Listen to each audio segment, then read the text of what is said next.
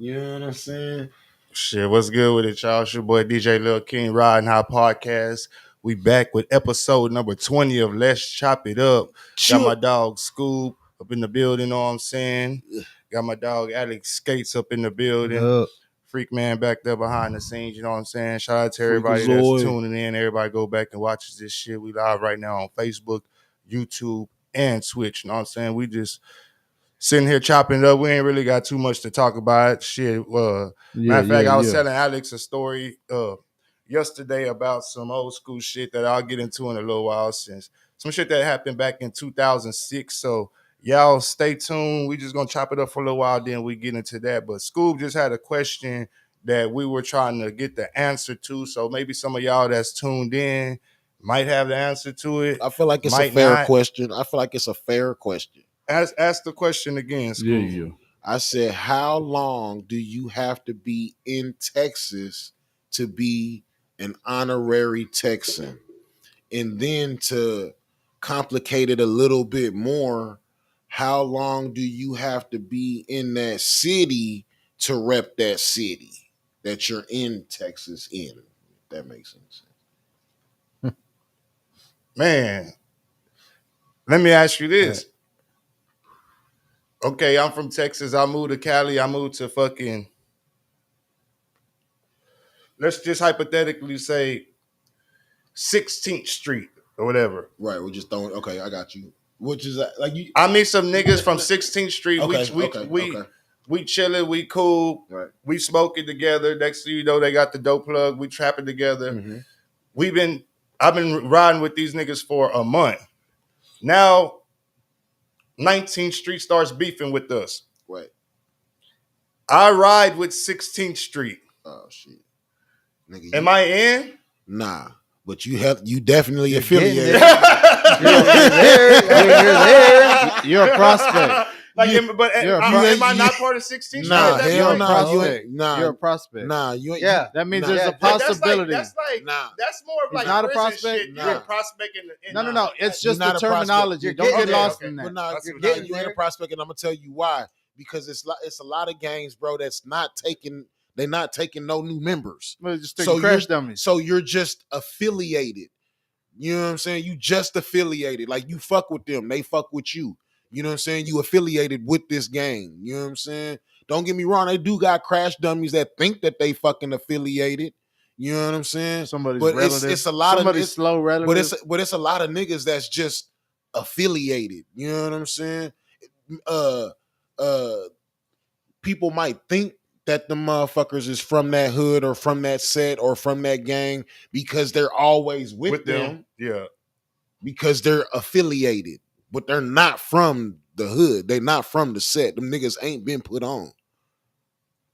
You know but that's why I said they would be a prospect. That just because they not in today, that don't mean tomorrow they gonna put that work in to get in tomorrow. He said that but they not taking applications, bro. Like you not like ain't nobody getting in the if you ain't. You're not joining the Hoover Crips. Like 2023. You out of well, that. Then what are we talking about if we're not talking about that type of mentality of the true gang? That's what I'm saying. Not no 2023 gang shit. No, I'm just saying how long it takes. He said how long it takes to be an honorary Texan or Corpus Christi or whatever. Right. So, he's saying never. You basically said never. No, I'm saying in I those said terms, a lifer. I feel like in those terms, after I put in work for 16th Street, I'm honorary 16th Street. But he's saying nope. He said nope. He said nope. Affiliated. Yeah. He said we ain't taking applications. Not, Texans are born in Texas, Playboy. Right. Like that type of shit. If you're gonna go by what you said, right? That's what which I'm saying. I call bullshit on that one. Shout out Matt Stoozer tuned in. I think you a Texan now. Our question was like a lot of niggas call me. You feel like you're never gonna be a Texan? Let me ask the question right quick one more time. Matt Stoozer, the question is how long does one have to be in Texas or live in Texas to be considered a Texan? Right. And to make it a little bit deeper, how long do you have to live in that city in Texas to rep that city?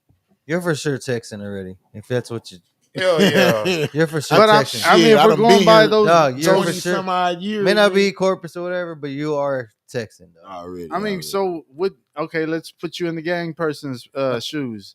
You've been putting in work for 20 some odd years. Right. You still ain't let me in. Y'all still ain't opened up them applications yet.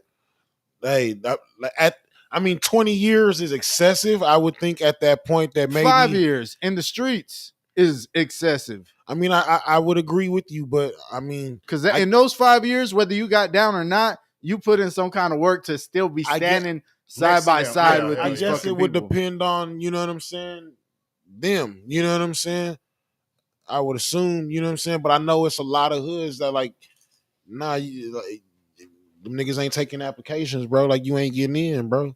Like I don't know. So whenever you first moved to Cleveland, Texas was the first town you lived in That's Texas? the first place I came straight from fucking California to Cleveland, Texas, dog. Did they look at you as an outsider when you first moved to Cleveland? Fuck yes. Hell yes. Because you got to understand why, though. And I could understand now that I've been here so long, I can understand why. I came straight from California, looking like California, sounding like California, to a fucking town where everybody has known each other since fucking kindergarten. Yeah. And their mothers have known each other since they were in school. Hell yeah. They all related to somebody. And then here somebody related to the teacher. Or they teachers had the teacher. Coach's son. Yeah. And here I show up on a Thursday talking about, you know where to get some weed. And they looking at me like this nigga is definitely the law. This nigga is 100% the motherfucking laws, bro. We ain't never seen this nigga before. He coming up here asking for fucking weed. Like nobody even says weed, nigga. Like you know what I'm saying? Yeah. Like it was. Scoop did trip me out the first couple of times. Come on, man. His accent. Just he was different. I'm different, nigga. Yeah. He was, but yeah, his accent. He wasn't from Texas. Met him. I said, man, you sound like Too Short. And well. The way he rapped didn't come off of Cali either. It doesn't. I like that at all. I like that. When we started rapping, like it wasn't no. And I think that was probably like the first day we met. We started rapping. It was like one of the initial conversations. Smoke weed, you rap. You fuck now. Here we go. Yeah, here we go. Well, here we go. Type of shit. And it was definitely not. He definitely was not being mistaken for somebody from Texas. Already, that's for damn sure. Yeah, usually like when I start talking, man, like when they hear me. I say the first couple of words and them niggas is like, you is not from out here. Yeah. Hell no. You not from here. We far East Coast. What is it? West Coast. You is not from out here, bro. So, but a nigga been out here for like, I've been out here for like. Matt said, do y'all consider me 20-some years, man? Who? I don't see why not, Matt. Well, I don't know when the fuck you moved here, but I met you about 2010, 11, I think it was. Yeah. So, I was talking about Matt, the dude in the comments. You know Matt too? Bro, I think I've been out here since like 2001. Oh, yeah, you had to have known Matt. Wasn't Matt somehow linked through other entities that we met through? Yeah. Had to. Yeah, you know who Matt is, I believe. Matt, I don't know. Where's Matt from? Shit, that's a good question. Where are you from, Matt? That's a good What's your question. actual hometown? Had to. Like that used to be like a roadie for bands and shit. I pretty much go by the philosophy like if you smoke, then we've probably ran into each other. That's how. That's how I live my life, in the hood. Yeah. You know what I'm saying? That's how I live my life, bro. Yeah, if you smoke, we probably ran into each other. A1, the OTK. So Matt's out there in the hood. God damn. Let's talk a little bit more about Cleveland, Texas, while we had since Freak says Leaf. What the fuck is a Leaf? A-Leaf, Texas, man. A-Leaf, Texas. That boy, that's Southwest Houston, Texas. Oh shit. Okay. Yes, sir. I want to say Freak said that Cleveland, Texas ain't known for nothing, but like we were saying earlier, like it's known for it. If anything, Cleveland, Texas is known for a bunch of fuck shit. Like I would say on some real shit. I mean, if that's the case, then somebody would say that about Corpus. Yeah, but Corpus is a bigger town whenever Cleveland. But we're still known for fuck shit though. That's what you said. That's what I was going after. But there's national shit that they made the headline news for bullshit. Have they made the headline news for anything good? Anything good? Mm-hmm. Oh, that I know of. That I know of. Yes, of course. I would probably say something that you could make up right now. No.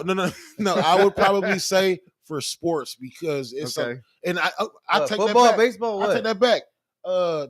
One of my partner's daughters played for the LSU team that won the championship, my guy. Yeah. Shout out to her. You know what I'm saying? Yeah. So shout out to Imani, bro. Oh, you know what I'm saying? Yeah. So yeah. And I'll tell you like this. This was the first coming from California to Cleveland, Texas. I never seen so many black folks graduate high school, get scholarships, go to college, and be crazy in college with the shit. Like I wasn't accustomed to that shit. Like it's a lot of talent that come out of motherfucking Cleveland. Texas is Cleveland, a big Texas, sports state. It's Football a lot especially. of talent that come out of fucking Cleveland, I would say Texas, more talent dog. comes out of Cleveland, Texas than Corpus Christi. Put it like 100%. Yeah, straight up. What is the population? More Like, thoroughbred right now, bro. When I was there, thoroughbred. When I was there, the population was 7,600. So a bunch of big motherfuckers come out there. Didn't y'all say it was like cousins on cousins? Nah, shit? bro. I'm talking about like that might be why they genetically superior. Nah, bro. No. These niggas was the population is 7,400. Bro, 74. What was yours? What was yours? Like 35 or 25 or some shit? Man, I thought it was more. Nah, it's a small ass town. It's some legends out there. A lot man. of people. So it's like a Ingleside maybe. Like a lot of the not a lot, but a lot of more people who came out of Cleveland, like Scuba saying with that football. Like Cleveland has produced a couple of players who went on to play football, like it. Fucking the Longhorns and fucking in the Aggies league, and you know what I'm saying, shit like that. To like the league, that's man. why whenever I say like they definitely produce more fucking legends, dog. Yeah, for damn sure. Like bro, I was Reed, hey, check this out, Cedric Reed, bro. I was playing basketball with little homie, man. Yeah, he played for the Buffalo Bills. Yeah. Hey, I was playing basketball with little homie when he was like 14, 15 years old. When we get done, I asked him if he playing for the high school team type shit. This man told me he was 14. Bro, I damn near lost my shit. Yeah. This man bigger than me, bro. 14 years old, dog. Damn near dunking, dog. This the homie's son. Shout out to Big Love. This the homie's son, dog. No bullshit. Cleveland, Texas is producing like stars, bro. I'm telling you, bro. Football stars, basketball stars, fucking track stars. Like this was the first time I had never seen bro. This shit was like, bro. I got a partner. So then big high school football rivalries have to be fucking. I got a partner that's so cold that came out of fucking Cleveland, Texas, bro. That they asked this nigga to come back and be an honorary coach, like fucking 25 years later on some big ass fucking special homecoming occasion. And this nigga was thinking about not going. Boy, I looked at this nigga like, bro, like if go for me. Yeah. You know what I'm saying? Like, what are you talking about? Yeah, bro. Cleveland, Texas produces some. You know what? I thank Cleveland, Texas because it instilled a work ethic in my daughters that made them shine and excel in the sports here. Hell yeah. You know what I'm saying? So and your that's kids went to school in Cleveland? On mamas. Oh, they got my oldest daughter, bro, is a Corpus Christi legend, and she got her like tenacity from Cleveland. Yeah. You know what I'm saying? And she came out here and shine bright like a diamond. No bullshit. That's badass. Stood out amongst them, bro. She a Corpus legend, bro. I'm not bullshitting. Yeah, that's just crazy, man. Yeah, fucking Big Cedric Reed. Shout out Cedric Reed. Used to play for the Longhorns. Big Cedric Reed, Big Love, D'Alto, Floss. But yeah, that was a place too where the Gonzalo Lopez dude fucking jumped out of the prison van, which we talked about some shit earlier that we won't talk about on camera that Cleveland, Texas is also known for. You know what I'm saying? It was like a group of probably like 10 dudes that's all in prison right now, or some of them walked away with probation behind some fuck shit that happened at a fucking abandoned house, which we won't get into. But yeah, we'll talk about the Gonzalo Lopez dude he broke out the handcuffs. He broke out the handcuffs, and then if I ain't mistaken, he saw the thing in the door, and then when he saw the thing in the door, he got into a fight with the driver dude going for his gun, and then this was in Cleveland. right outside of Cleveland, and because I want to say the hunt for him was in Cleveland. I want to say it was like right, like like the. I'm pretty sure. So you being from there's a lot of unincorporated areas around Cleveland. Hell yeah. Oh shit! So hell yeah. what's the next town that's like close to Cleveland? Like not even like I'm not talking like a Houston. I'm talking just like what's the next town? Like it would depend on which way you going, but like you could cut and shoot, Romare, Rayburn, Conroe. Oh, it's close to Conroe. Yeah, damn. I've been Shepherd already. That's like some country. Yeah. So I don't want to say it was like unincorporated. Nigga, it's a city named Cut and Shoot, bro. Cut and Shoot. That's the name of the town, fam. Cut and Shoot, Texas. Sounds like a place I don't want to pass. Yeah, the laws ain't playing over there. Shit, they is not. Hey, they're hot, man. But yeah, so he busted out the van and did different type of got into it with the other guard that was on the bus. It did. I think they were like fighting for the gun or some crazy shit happened where some shots had ended up going out. But the dude ends up jumping back on the fucking. He jumped on. I think he jumped back on the bus and then drove the bus like a couple of more miles and then wrecked that hoe and then ran off into the woods.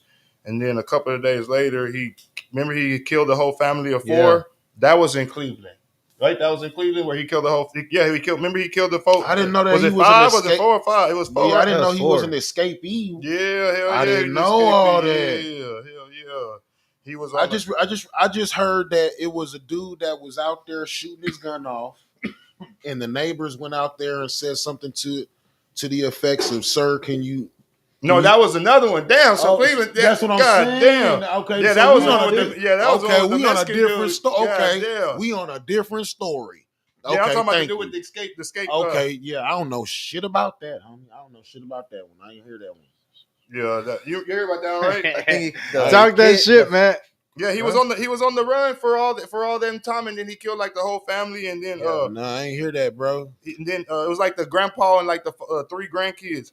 Nah, I ain't hear that one, man. And then they end up catching his ass. They killed him, right? Yeah, they killed him. I will say this, bro.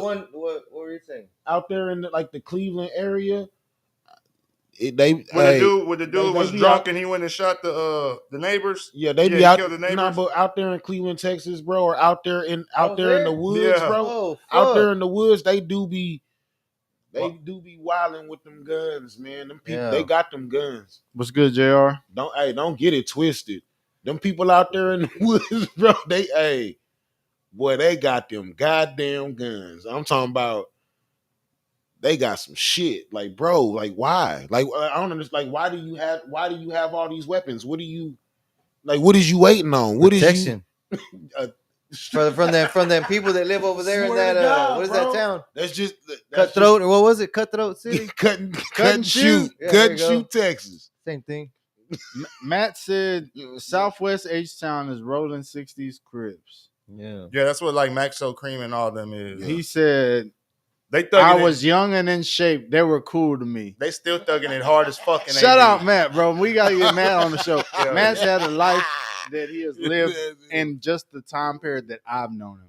He said earlier, Scoob, that you've been to his crib. Yeah, he said you've been to his crib. To Matt's crib. Matthew Stusser, the old white man. Always shooting videos. Had to have been through... No, that's not him. Where did you meet him through, Matt? He said I was affiliated. Talk that shit. It had to have been through Jada. Had to have been. I'm a face guy. If I seen him, I'd be like, oh yeah, I know. Well, I mean, you probably know more older white men than I do, so it's a pretty short list. Shout out to Matt Stusa though. Yeah, I told you it had to have been through Jada, or he said or KOD probably. Yeah. So. Had to be KOD. Yeah, the story that Scoob is talking about, it says a man shot and killed 5 of his neighbors, including an 8-year-old child, inside a home in Southeast Texas early Saturday morning after one of the neighbors asked him to stop firing rounds in his backyard because of the noise. Damn, I had forgot about that one, but when you brought it up, I remember. I assume like he wouldn't be rude to a man with a gun. You know what I'm saying? Like I would assume that he would just like, sir, you know what I'm saying? Could you Please keep it down Took for a out little the whole bit. family. What was he on? And he injured 3 That- other people. On That his bullshit. Texas rights. That bullshit. On his Texas rights? Nah, He was bro. on Yeah, that but not bullshit. go in I'm the all supporting motherfucker and Rocky. take out the whole squad. I'm completely kidding out there. I think, if I'm mistaken, I think he was an illegal immigrant. Was he illegal? Yeah, I think so. He was illegal, if I'm mistaken. Damn. I think that's why it made it national In the news. city of Cleveland. So they which got is- his ass or he died or what?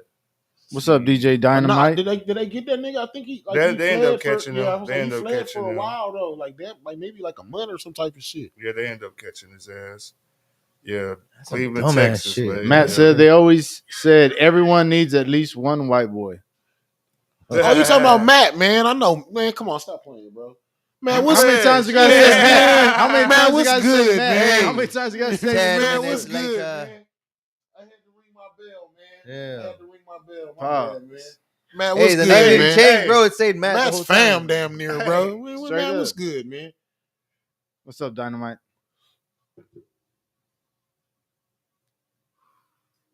Already. He Yeah, said, for "Miss sure. you, Scoob." What's Already, good, man. Dynamite? Good, hey, man. Good to hear from you, Matt. Yeah, leave My that bad, because bro. it keeps on changing it. Whenever you change it, it changes it. I have to change it back right here. Change what? The fucking thing that's popping up. The fucking Comments? thing. Yeah, I have to change it back.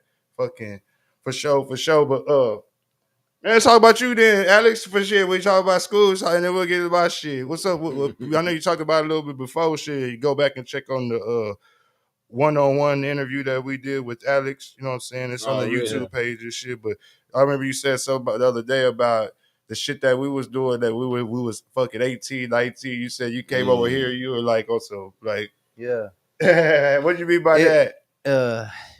When I was like 18, 19, I came to the city, man, and it like remember we talked about it being a Where'd you culture come from? Country. Petronita, Texas, population Okay. of 83. Damn. So, Not 8,300. 83. 83 people? 83 people. Yeah. So you're one of the 83. I'm one of the When he left, it motherfuckers. was 82, nigga. Hey, but check it out. Bro, It that's has crazy. it has grown since. I don't know, maybe it's up 100? 200. 175. The Maybe. next generation. Man, that shit sitting at 120. yes, That's I knew crazy. from watching TV and shit that there was all That's crazy. this drugs and shit out there, right? Because I'm just Right, gonna right. say it. So when I came over here, I was like, I was an athlete, dog. How so old were you? Yeah, what, no, 18. what year was this? About 2004, 5? Yeah, one of those. Yeah. Already. 'Cause I was driving back and forth, bro. I didn't want to. Okay, Already. okay. I didn't want to fucking. I had my people over there in the country. You know what I mean? At Bishop. Right. And I would drive back and forth every day, play sports, whatever. And I came and I would see like people doing shit, you know what I'm saying? And I was like, what the fuck? People get the fuck out of my house. And my mom was cool with it, you know what I mean? They're burning whatever, brother-in-law. Oh, so then- your mom, like the whole fam moved out here. Yeah. everybody Okay. moved out here, Word. bro. We all moved out here. Word. So word. really, it dropped down to like 62 or something, right? It dropped down to like 62. You Population. Like three. It's like 20 of us left that Me, city my that mom, night. Me, my mom, dad, sister, That's 4. crazy. So about 80. You know what About I'm saying? 79, 80. 8 and a 2 though. Let's go. So I got Yeah. introduced to all the fucking drugs, bro. Nice. It wasn't nice, but You said nah. So when That you shit say was all, it. when you say all, like what do you mean? Like you mean the coke, the pills, fucking drank a little bit, and I wasn't like, so in high crazy, school but- in Bishop, they're not. dude, it was strict, bro. You were taught to behave and do your shit right. But dog. even on the weekends after the football games, they weren't going to homeboy's Beer, I house mean, to but- fucking. Niggas Nobody get- was. yeah, but Like like them boys get white boy to- wasted. Them niggas get I guess drunk. I wasn't into that shit. You know what I mean? I was brought up different. Or they dog, didn't look like- at you cool enough to invite you No, into the no, restroom no, type 'cause- shit. Nah, never, bro. I would never like. No, I'm not saying on no fuck, but you said No, since no. you were more into like sports and shit, maybe Yeah. that crowd didn't look at you as that dude, so you didn't get invited into the bedroom when they were gonna snip it out. You know what I'm saying? Like, Right, Boy was getting that bedroom boom. It was Looking to me. at. I mean, I guess I just didn't see it. I don't know, though. I wasn't into that shit. Like, You probably I- wasn't even paying attention. yeah. Yeah. I didn't care about that Right, shit right, because I right, wasn't right. brought up to. You were athletic. Yeah, I wasn't brought up to like. How do I say? I mean, like, I'm trying to just a- really just a think good my kid. first time Yeah. to his just a good kid. you know, I him was walking brought- away my mom- from it is My two mom different always fucking tried her things. best to like keep us to shield, yeah, that's the same way my parents for Fucking sure. try her hardest Yeah, to hell like. yeah, hell You're yeah. not gonna do shit. You're not gonna Yeah, do hell that yeah. shit. Sheltered a Yeah, little yeah. bit. I feel that. So eventually, I come to the fucking city. I start getting into the city ways, and there I am. I'm there with them, dog. Like Right. eventually, and I'm like, what the fuck? Like I can't believe it. you know, whatever went down and went down. He's all, this is crack. But nah, hell no. But like, So this is what yeah, heroin no, tastes right. like. that shit was a fucking trip to me, bro. Coming from Acid, my bad. Acid. coming from where I came and like I picked ecstasy, what that. the fuck is ecstasy? Trip. Whatever, you know, and like, dog, that shit was tripped out. So you It's had crazy. heard of this shit over there, but whenever you get over here, It you're was a actually real deal, dog. It was a real deal, Holyfield. This like, wasn't no Hot Times everything- magazine. hey, This wasn't no Hot Times magazine. the guy- You know damn well they wouldn't get in that magazine. Hey, it in wasn't no that I'm just 93. saying for a Nah, record, I you know. know. It wasn't no He after doesn't school. even know what that Hey, is. When's the first time you hey, saw Hot hey, Times magazine? Hey, this wasn't Saved by the A Hot Bell, Times huh? magazine. When's the first time you No, saw one? probably that age, probably. No, no shit. So There had to like, have been one dude, in that it was town. That's everything crazy. was like just phone call. Hey, phone call. I got this guy. What the fuck? Instant. Like, connect, dog. What the fuck is Instant. connect, dog? That's What the fuck crazy. is He's all connect? telling You his better call it people from connect. What the fuck is hometown. connect, dog? That's blood. crazy. Dog, I had to learn, and so like I told you, my cousins always lived over here at the city, dog, and they always made fun of me. You're not in the country no more, dog. You're not in the fucking country. You're in the city. You're in the city all the fucking time. They would fucking dog my ass, dog. Like, it was funny though. You know what I mean? Like, How long you been in Corpus? well, since that's about that age, 18, like, yeah, 18, 19. So you got more time here than he does. You know what I'm saying? Oh, no. You said 12 years, right? Yeah. Oh, okay. I'm Hell combining yeah. But Texas dog, that time shit was already. just so weird to me. Like, just everything is a phone call So away. are you dog. Bishop or Corpus?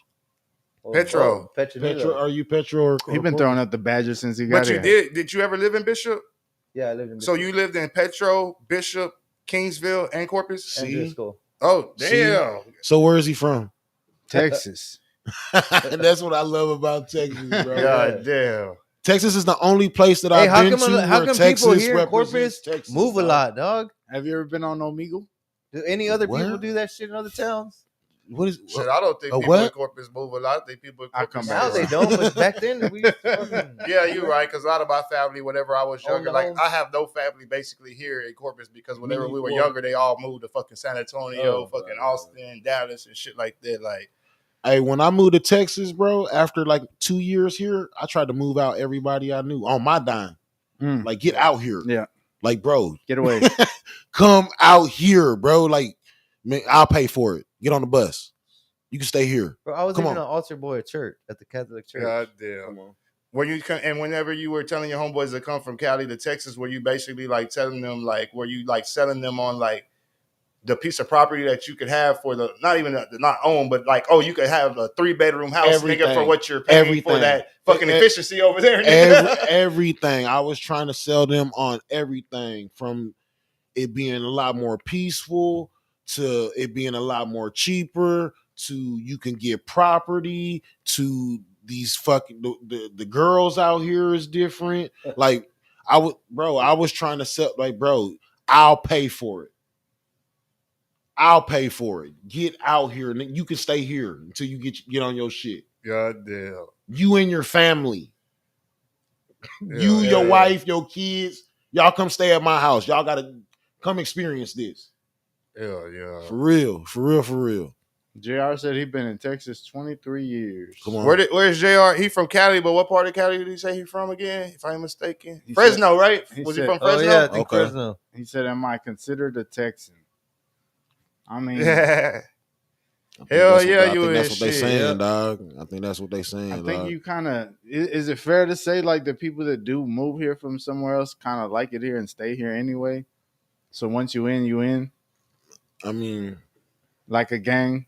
I guess. We ain't gonna let you go You're a back to Cali. prospect, dog. You're a We ain't gonna let you prospect. go back to Cali school. They ain't gonna accept you over there no more, bro. But a lot of people You've been tampered with. that's in Cali migrated from Texas. But a lot of people that's in Texas like Migrated are to Cali. migrated from Cali. Mm. That's from 100%. like during like the 70s and the 80s and Even shit to like now, that. You know what I'm even saying? to now, they say Well, now that's why I say that I feel like now people are going from Texas to Cali. No, No, it's the other way, It's the other way, the other way. Well, Both. Well, The other way. now I think It's the about other it as both because I think LA about to the here. Elon They Musk say, and all they that say, shit like that. they say 1 in 3 people that come to Texas is from California, Yes. nigga. Yes. God damn. Yes, it's God true, damn. dog. They're all That is moving the- to Austin. That is the He statistic. said they of all that. moving to Austin. Swear. No They are. bullshit. They Like, are. for real, for real.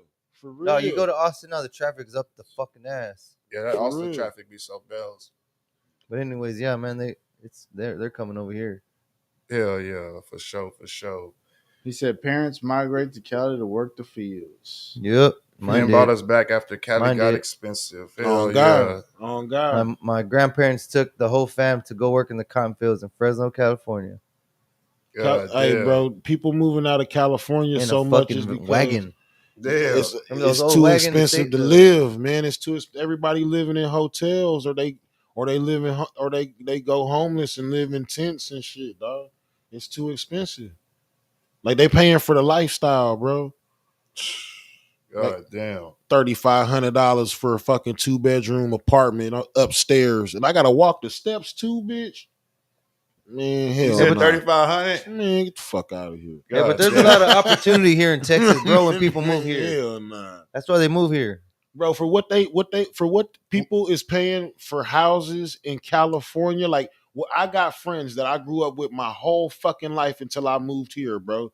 And what they are paying for in mortgage for houses, bro, or total what they spending on the houses, bro, these niggas would come out here and Ball out. bro, these niggas would look A mansion. crazy. Yeah, hell, These damn near niggas would mansion look down crazy out here for what Hell the fuck yeah. they spending out there, man. I'm talking about like acres of land, big ass houses, toys, all that shit. Yep. And these niggas living in a fucking in a city, you know what I'm saying, congested. Hell Next yeah. door neighbor can hear every argument they have with their wife type shit. Like, nah, man. Nah, man. God damn, man. Shit, we'll jump into it then. We'll get back into some other shit. I just wanted to, we was talking about it some shit yesterday. I was telling a little story, you know what I'm saying? This shit I've been telling you, it's from 2006. So, and the reason like Alex was there, you sure you want to tell that on the podcast? But at the same time, I've already done time for these crimes that I'm going to talk about. So it's not like Right. I'm on the run for Yeah, it. Like yeah. I've already fucking It's been already convicted of the crime, did the fucking time. So it's done and already over with. it's done and over with. Like I ain't got shit pending on it or nothing like Lesson that. learned. Exactly. You know what I'm saying? So, and this ain't to glorify anything or Right, nothing right, like right. that. This is just to speak on how far my journey, part of my journey and how far I came and shit. You know what I'm saying? But we're talking because way back in the game, I used to fuck with them fucking bars and shit like that. For people that don't know what bars are, they are those Z bars, Xanax bars, whatever you want to call them. Fuck them bars. Ladders. Whatever you Yep. want to call them, totem Fuck poles, whatever them the fuck hoes. they Climb them was. ladders if you want to. Yeah. Leave them alone, You're guys. gonna fall eventually, boy. I Hell promise yeah. to God. Hell yeah. You're gonna get wobbly kneed like a So, I'll go back to the beginning. I'm kind of telling this story to Alex, but I'm telling it to y'all at the same time. So already. we'll go back to the beginning. So like in 2001, two, I'm like 15, 16 years old, and I have a auntie, RIP to my auntie, you know what I'm saying? Not to be putting her on like a but this is like a long time ago, everything passed and everything. So she used to smoke dope back in the day, you know what I'm saying? And she used to fucking get Xanax bars, lower tabs, fucking lean and all that. Just back in them early 2000s, late 90s, man, them doctors was giving out bro. any and everything. Like Right there in the wasn't script. like there wasn't like the opioid pandemic Bro. going Giving away there. like candy. Giving away like fucking Bro. candy. Like so she would literally get like 120 tabs. Bro, 120 I came out here bars. and seen that shit and was like, bro, y'all is on some totally different shit. Not to cut you, but y'all is on some totally different shit, dog. Yeah. So I'm 15 years old, and my auntie, I remember one day she asked me, you know anybody buy them Xanax bars and stuff? And by then, I want to say I was like a freshman at Carroll. And I would hear of people popping bars and shit like that. But at this point in time, I had never even seen a bar before. You know what I'm saying? Yeah. I would just hear people, oh, we on them bars, or we popping some bars. And everybody like, oh, it look like a handlebar from a bicycle. I mean, you remember people would say shit like that? They like a handlebar from a bicycle. Oh, like, yeah. like, I had no idea. I remember one day my auntie and them lived in Molina and shit, and I fucking over there one day chilling. And my auntie, she already knew that I was smoking bud and shit like that. So she knew I was with the shit. So she basically said, you know anybody that mess with them Xanax bars? I said, Xanax bars? I go, I heard that before.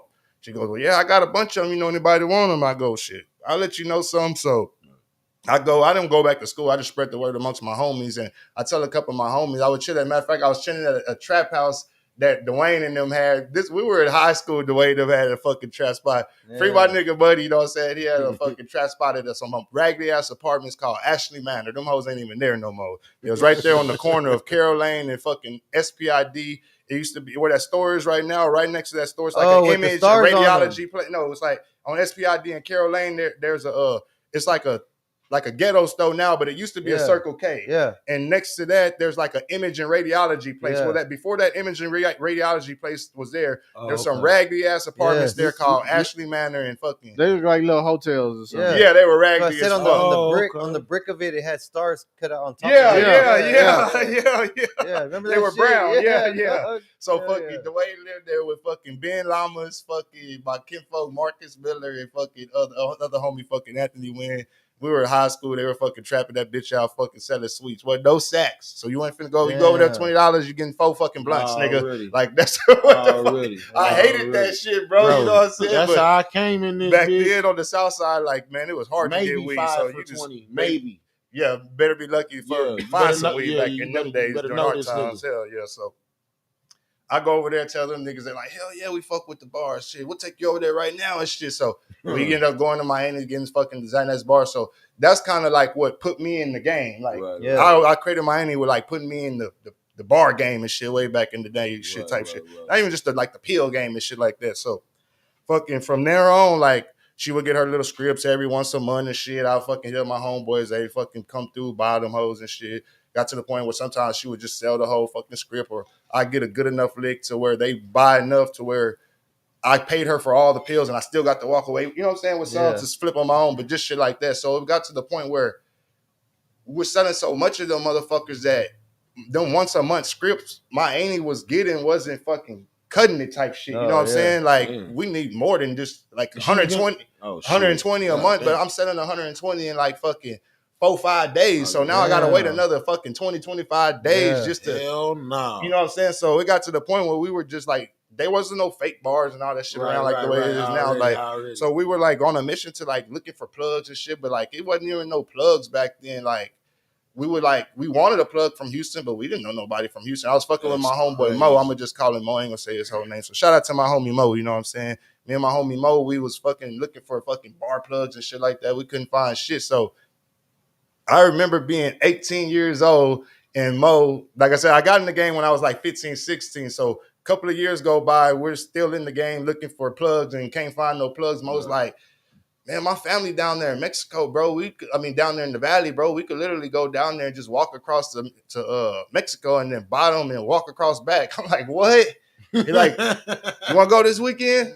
I was like, are you sure, bro? We ain't gonna get in no trouble. He's like, bro, people do that shit all the time. Like, that's what people do. They go to Mexico, get fucking their prescriptions and come back. Yeah. He just made it seem like it was just like effortless. like a hop and a skip. You know what I'm saying? Yeah. Mexico back then was. But I don't know about that. But Nah, no other little shit, bit my yes. ass. This is A whole lot of Yeah, bit. they This is did a whole do lot? that. A whole though. lot of bit. What? Yeah. A whole lot of what? Being able to go Real back like- and forth from Mexico. Oh yeah, back this was then. in 2004, like type Yeah. shit. You know what I'm saying? Really? Before No like the shit. war on drugs and all that type of Chilling. shit. Like that. So literally, we They walked. were about planes. My first time going, we go down there. We stay at his mom's house. We get there like night. We spend the night at his mom's house. We wake up the next day. We go to fucking Mexico with his brother and his brother's wife. We get there, and this is my first time ever going to Mexico. And I remember walking into Reynosa, Mexico. And then as soon as we walk across, because we didn't even drive back then, we would walk across, and that shit looked like some shit I had never seen before. Because as soon as you walk into Reynosa, Mexico back then, I don't know how it is now, but they used to have a big old billboard. Like a big old screen as soon as you walk in there, and it kind of looked like downtown New York. So it almost looked like fucking like a Times Square. Oh, Like soon as you walk across, like Yeah. It was a border town. it was a border town. So it looked like a Times Square as soon as you fucking like Crazy. You as Americans, you are come over here to this border and party and then go back. Don't go further than that type So of like shit. lights and big buildings. Yeah, but we never got the solar lights because we never went over there at nighttime. We would always go, but this particular time we go, Smart man. we get there. It was live. We get there during the day. We get there, and I'm thinking like, I don't know the game. I'm thinking like we're just about to walk into a pharmacy and tell these niggas, hey, we want to buy 100 Xanax bars and give the pharmacy the cash. Like that's how the game was presented to us.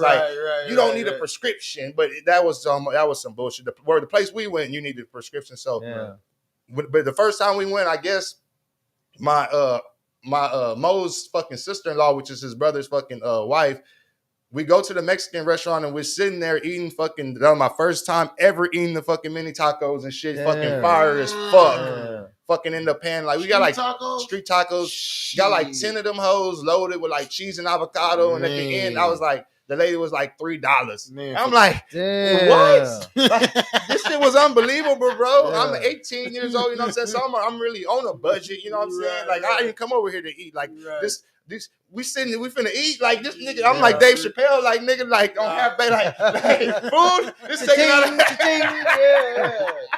out this less bars I can get. Like, I ain't come over here to eat. I just they got food at the house. Come on, God. But the food was so cheap. I was like, okay, shit, that's what's up. $3. Come on with the it. girls like, give me y'all's money, and I'm gonna go take care of everything. And me and Mo were like, we want to go shit like we came over like we were kind of like young and dumb. We wanted to like see the whole process of like what was gonna happen. But she went, she got the shit. She came back to the Mexican restaurant. She said, I got them. She said, now what do y'all want to do? She said, we were like, shit, we just finna walk across the back with them. She said, oh no, you can't do that. She said, oh no, you can't do that. So we go. We end up getting some fucking like black fucking trash bags, like not even trash, like those, you know, those little like mini like shopping bags, like they're real small, you know what I'm saying? Like you go to the store, they're like they're plastic, they throw these in there, but they're real small. They're not like the big one, they're just little small ones, like a handle. So we go and get fucking like 2 of those. We get the bottle of Xanax coming like little 30 bottles and shit. Right. We pop them hoes open and pour them in the fucking bags. Right. And we fucking tape them hoes to our fucking leg, and we attempt to walk across the fucking border. This nigga said attempt. So you know what that means when you said attempt. I'm 18 years old. Yeah. So fucking Mo is like, I'm not finna walk back through the thing with you. Like, we got to go separate, bro, because like we're gonna look suspicious if we walk together. I'm like, bro, we gonna look suspicious if like we doing it we go by ourselves. Like nigga, I'm a black dude. Like nigga, we walked across together. Now we came in together, we're gonna die together. So we get inside the fucking, we get close to the facility, and basically we felt like I either felt like 10 people behind him, or he felt like 10 people behind me. But I remember we get through there, and then the people are like, and I'm not even talking about the checkpoint. I'm not talking about like the fucking Falfurrias checkpoint. I'm talking about the fucking U.S. fucking Mexico fucking checkpoint. Like we ain't even got that far yet. Tripping. So I get to the fucking thing, and the people are questioning me. What was your reason for? Because they always go ask you, what's your reason for being? They go say ID. You show them your ID. They go say, what's your reason for being in Mexico? And me, I say, I was over there looking for prices for fucking gold teeth and shit like that. And they say, do you have any liquor, perishables, or whatever the fuck they always ask? And I was like, no, I don't got nothing. And mind you, I ain't got no bag or nothing. I'm just me. Yeah. No backpack, no satchel, no nothing. So then the fucking lady or the dude, whatever it was, he goes, can you lift both of your pants legs up? I lift my pants. They were looking for alcohol. I guess they were looking to see if like I had like some bottles like in my pants leg. And I didn't have nothing on me. Where did you have it taped? Like right here on my thighs, right here. You know what I'm saying? So they said I didn't have no liquor, nothing. They let me walk through that bitch, and we get back to fucking. Oh yeah, we were in fucking Hidalgo, fucking Texas. So we get fucking back to fucking Hidalgo, and it's like we fucking made it, but we still ain't fucking made it. We still in Hidalgo, Texas. We got to get to Corpus Christi checkpoint. So we fucking lying. Yeah, it's a checkpoint. Yes. Hell yeah. So the most famous fucking that comes on TV and shit. Yeah. So then we fucking hotspot. We fucking go back to fucking, like I say, Hidalgo. We fucking planning how we gonna fucking get back to fucking Corpus or whatever. Like with the shit, like do we find a stash spot? Do we do whatever? Like we just basically say fucking and just throw them hoes in the car. We don't even think we stashed them. We were just like, we'll just drive careful and shit. We made it back to fucking Corpus, and soon as we got back, I called everybody on my cell phone. When I say everybody, I mean like at that point I probably had like 10 people. So you made it back to the crib, nigga? Yeah. Didn't even make it back to the crib. Because when you come from the valley, you come from you come from like that back road, like Robstown, Driscoll area. So whenever we pulled into Corpus, we pulled in like right there on Ayers and Saratoga by the fucking Saratoga the old Saratoga bowling lanes, which is now the Bolero. Whatever. Okay. I remember pulling up into the Crestmont, fucking the back Crestmont Stripes right there on fucking next to Misty Winds. Ayers, right there on Ayers. pulling into there, going into the fucking store, fucking calling a few people, telling them I got them.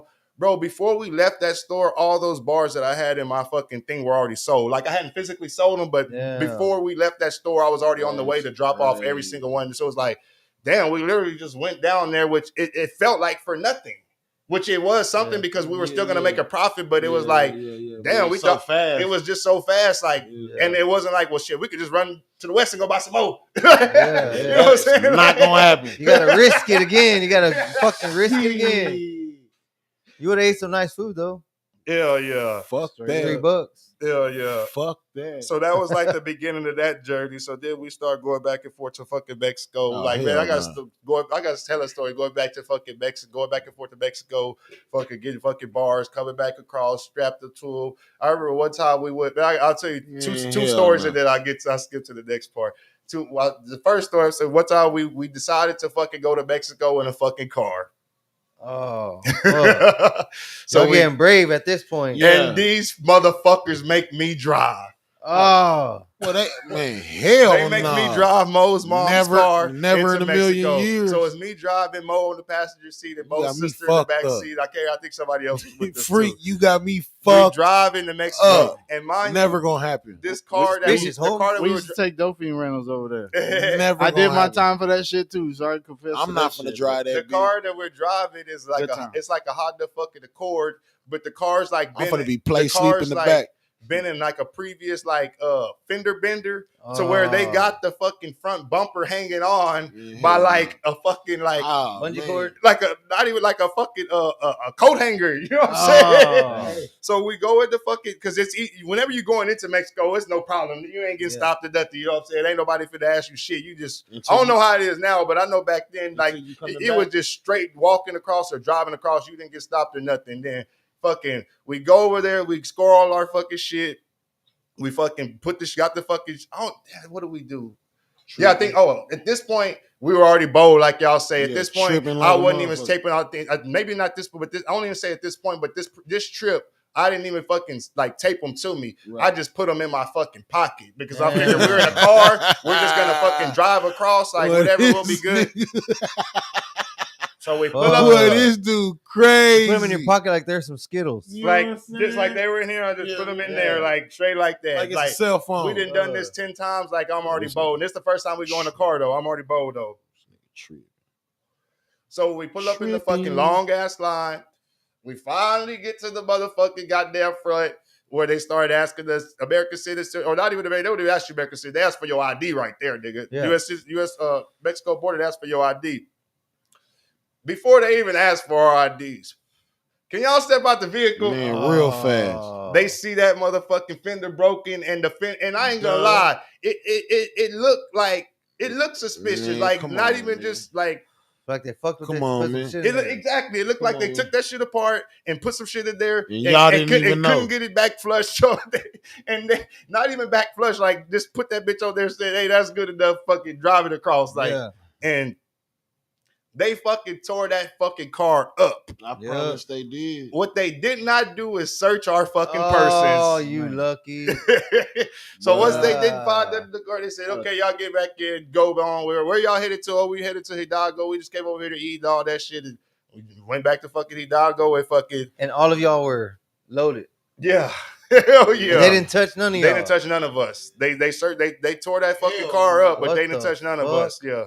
So we fucking. So y'all really brave after this time. Y'all motherfuckers must have. And this may be the same trip if I ain't mistaken. I may be wrong, but man, we did it so many, it may just be mixed up. But I want to say we get back to fucking Hidalgo, and now we got to go back to Corpus. Like I said, we went to Mexico in Mo's mom's car, but Mo's car that we done drove from Corpus to Hidalgo is an old ass Crown Vic, like an old police, literally like an old police car, without the fucking stickers and shit. You know what I'm saying? Like an old undercover police car because it didn't like have sticker markers or nothing, but you could still see the hole from where the fucking the light was and shit like that. So we down there and we're getting ready to come back to Corpus, and Mo's brother, I want to say this was during the summertime, and Mo's brother is like fucking 14 at the fucking time. He's like, man, I want to go to Corpus and spend time with you, Mo. You know what I'm saying? Mo had his own apartment and everything at the colony and shit, so he's like, fuck it, you come back, spend time with me, you know what I'm saying? I'll fucking treat you right, make sure you eat, you know what I'm saying? Make sure you have a good summer, you know what I'm saying? We'll go do shit and shit like that. So fucking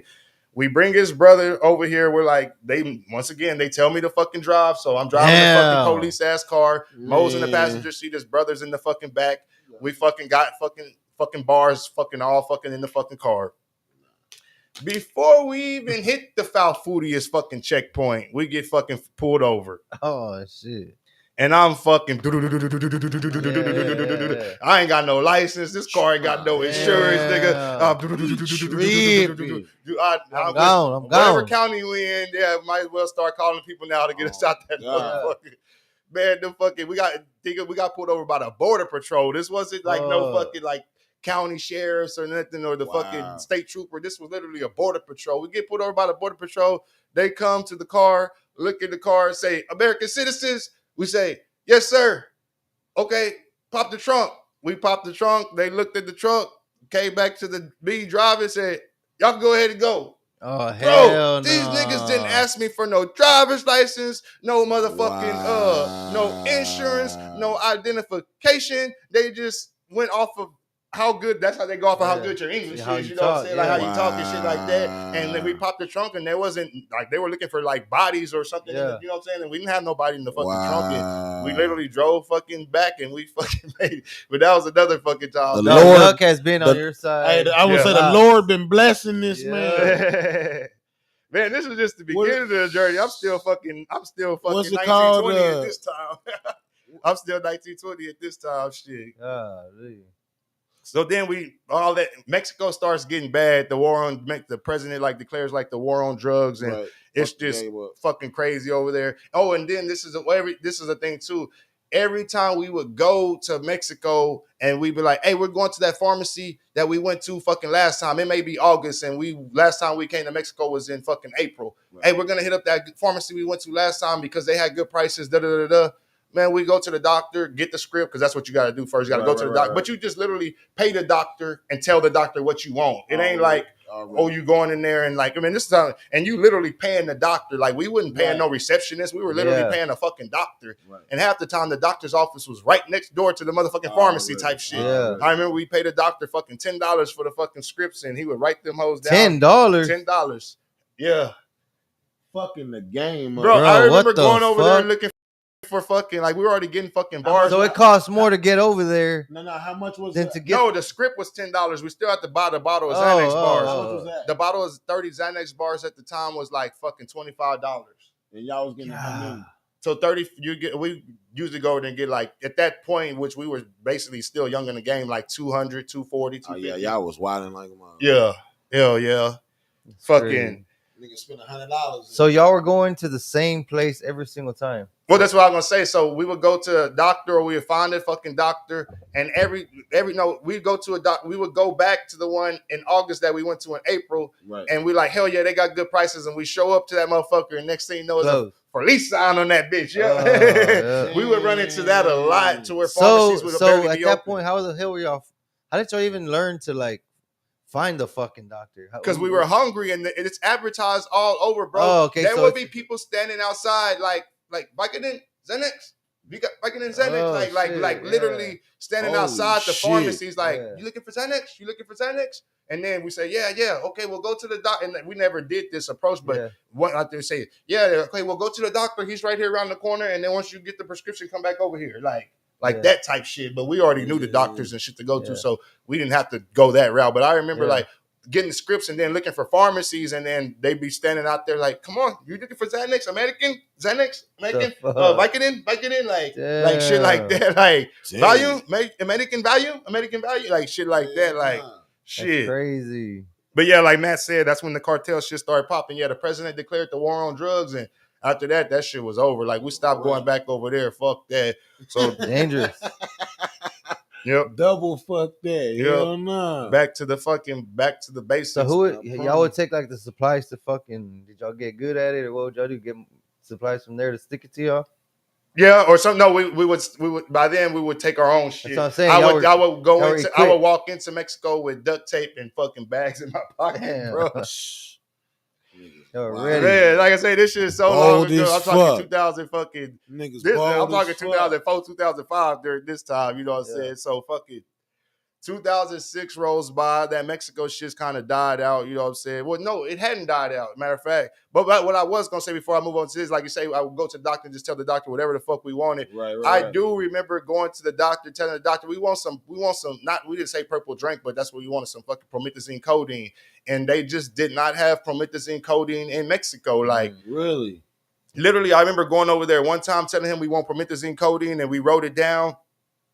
Man, this doctor pulls out a book that's about that thick, and it had like every known fucking prescription. It was like a Mexico fucking prescription. Right. And he's literally going to the P's, PR, and there's just no promethazine. It goes from like PRA and then the PRZ. You know what I'm saying? There's like no. So is it an American thing? I'm guessing so, but at that time he was telling us I got codeine. So one time we did buy some codeine, which it was just like a fucking 5-ounce bottle of fucking pure fucking codeine. I remember, man, we drank that. Man, we barely drank a little bit of that shit, and we were fucked up, nigga. Like that shit was pure codeine, bro. We were fucked up. We drank that shit. Slumped. Hell yeah, like a motherfucker. Hell yeah. Big sleep. So 2006 rolls by, like I say, that Mexico shit, we ain't really just own it like we were fucking in 2004, 2005. So we fucking end up fucking meeting this fucking plug from Houston. He was fucking coming down here to fucking sell ecstasy fucking pills to this lady, but my homeboy Mo was buying so many ecstasy pills that lady couldn't keep up with his order. So she basically said, whenever he comes down here next time, I'm gonna just introduce you to him. Like basically the lady was, I'm just not quoting, you know what I'm saying? Don't quote me on that, but she was maybe getting 50 and trying to sell them for fucking $10 a piece. But Mo was trying to buy all 50 of them, but he was trying to buy them for fucking like $7 or $8 a piece. It was to the point where she was like not gonna make no money. So instead of her just like barely making a little bit of money, she would just like, well, I'll just fucking, and she didn't have the money to cover to get extra to get. So she just basically introduced Mo to that dude. And like I was telling Alex, leave me the fuck alone. We were, exactly. So we were fucking with the ecstasy pills for a little bit. You know what I'm saying? I was telling Alex yesterday, we started talking about some Xanax bars, and the dude's basically like, Xanax bars, like, nigga, that's what I really fuck with. Like this ecstasy shit, like this is just this side money. Like this, my main hustle, Xanax bars. And nigga, I never even heard of Xanax until I moved to Texas. Yo, yeah, never even knew what the fuck it was. Never even heard of it. Matt says y'all almost could have changed the game and drank out history. See, I got a story, and I'm gonna get to that, man, because it's a funny fucking story too, man. So we fucking beat the fucking dude from fucking Houston, and it was a story yesterday. Well, anyways, the dude comes from fucking Houston, and we had already been scored from him a couple of times. Well, one time he came down, and fucking homie Mo's fucking decided Mo had some dice in his hand. The dude comes down from fucking Houston to fucking sell the bars to us or whatever, and he sees Mo with the dice and basically like, shit, you don't know what to do with them. And Mo's like, shit, hell yeah, I know what to do with them. So in Mo's head, Mo's thinking, I'm finna shoot this dude in dice and get these bars for free. You know what I'm saying? Like, because the money that basically that we were gonna get the bars with, he decided to fucking shoot dice with the money. And he lost that money. So whenever, and like I was telling them yesterday, whenever you gambling and you lose, I don't know about football games, whenever you fucking shooting dice or something, whenever you lose, man, that's just like an ugly ass feeling. The only thing you do is like literally just, I just want this to end. Let me, I'm finna go to sleep. I'll see y'all tomorrow type shit. You really feel like you just lost that money. Yeah, hell yeah, exactly. Hell yeah. Like gave it away type shit. Lost it. Like literally here, like lost it. Like hell yeah. So he was so sad that basically whenever they were shooting dice, he lost the dice game to the fucking H-Town dude. And he was just so fucking sad that he was to the point like, he didn't even want to give me a ride home no more. And not even on no like, fuck you type shit, just on some like, nigga, like, I just want this night to be over, so I want to go to sleep. Well, he asked the dude, hey, can you give my homie a ride home to the fucking south side? And the dude's like, well, fuck it. So he gives me a ride. And mind you, I've met this dude a couple of times, but like I was telling Alex yesterday, I've always played my position. I never tried to steal nobody's plug. I never tried to like jump boundaries or nothing like that. Well, when on the way home that this dude's giving me a ride home that I've barely met, never held no conversation with him because that was Mo's plug. They did their business. over there. I'm sit right here, play my position. Right, You know what I'm right, saying? right, Like right. my time come, my time fucking come. But Right, your right. time is only gonna come if you play your position type Right, shit. You know what I'm saying? Trivial. I'm fucking, that dude gave me a ride home, and on the way fucking dropping me off at home, he basically like, man, I ain't trying to ride back to Houston with all these bars, man. Like I ain't come down here to ride down here with all these bars, but I already made the money for them. So shit, you want me to front them to you? I'm like, yeah, but how am I gonna get you the money back? Or they was like, well, should I probably be there down here like a couple of weeks? So if not, you can just Western Union me the motherfucking money or whatever. So we basically fucking started something, you know what I'm saying, like that. Oh, but before that shit happened, before I got a little ahead of myself, before we even got to the point where he gave me the ride home, and that's whenever he she told me the front beef. I remember at one time he did come down here from Houston. Oh, this was a funny story too.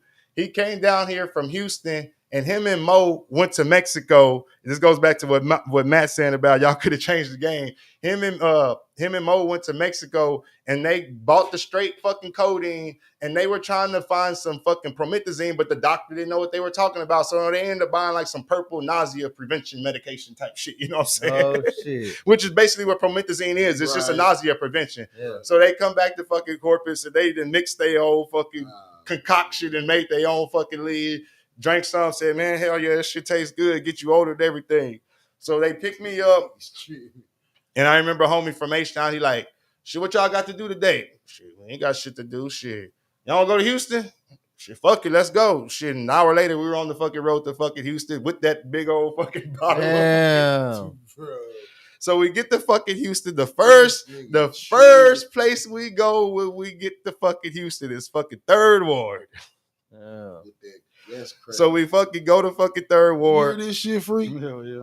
We fucking we go to fucking Third Ward. We get to fucking Third Ward, and he's just not confident, I guess, in the product that they done made from Houston type shit.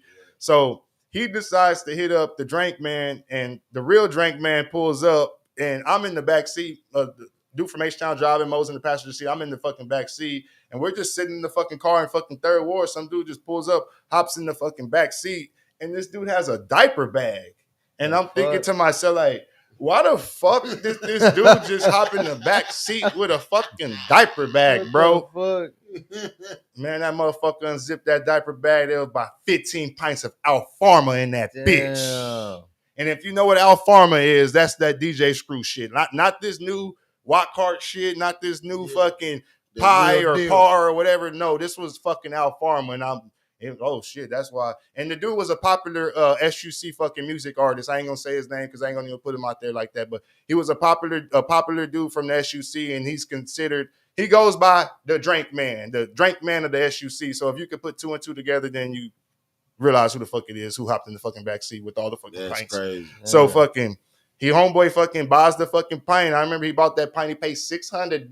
Damn.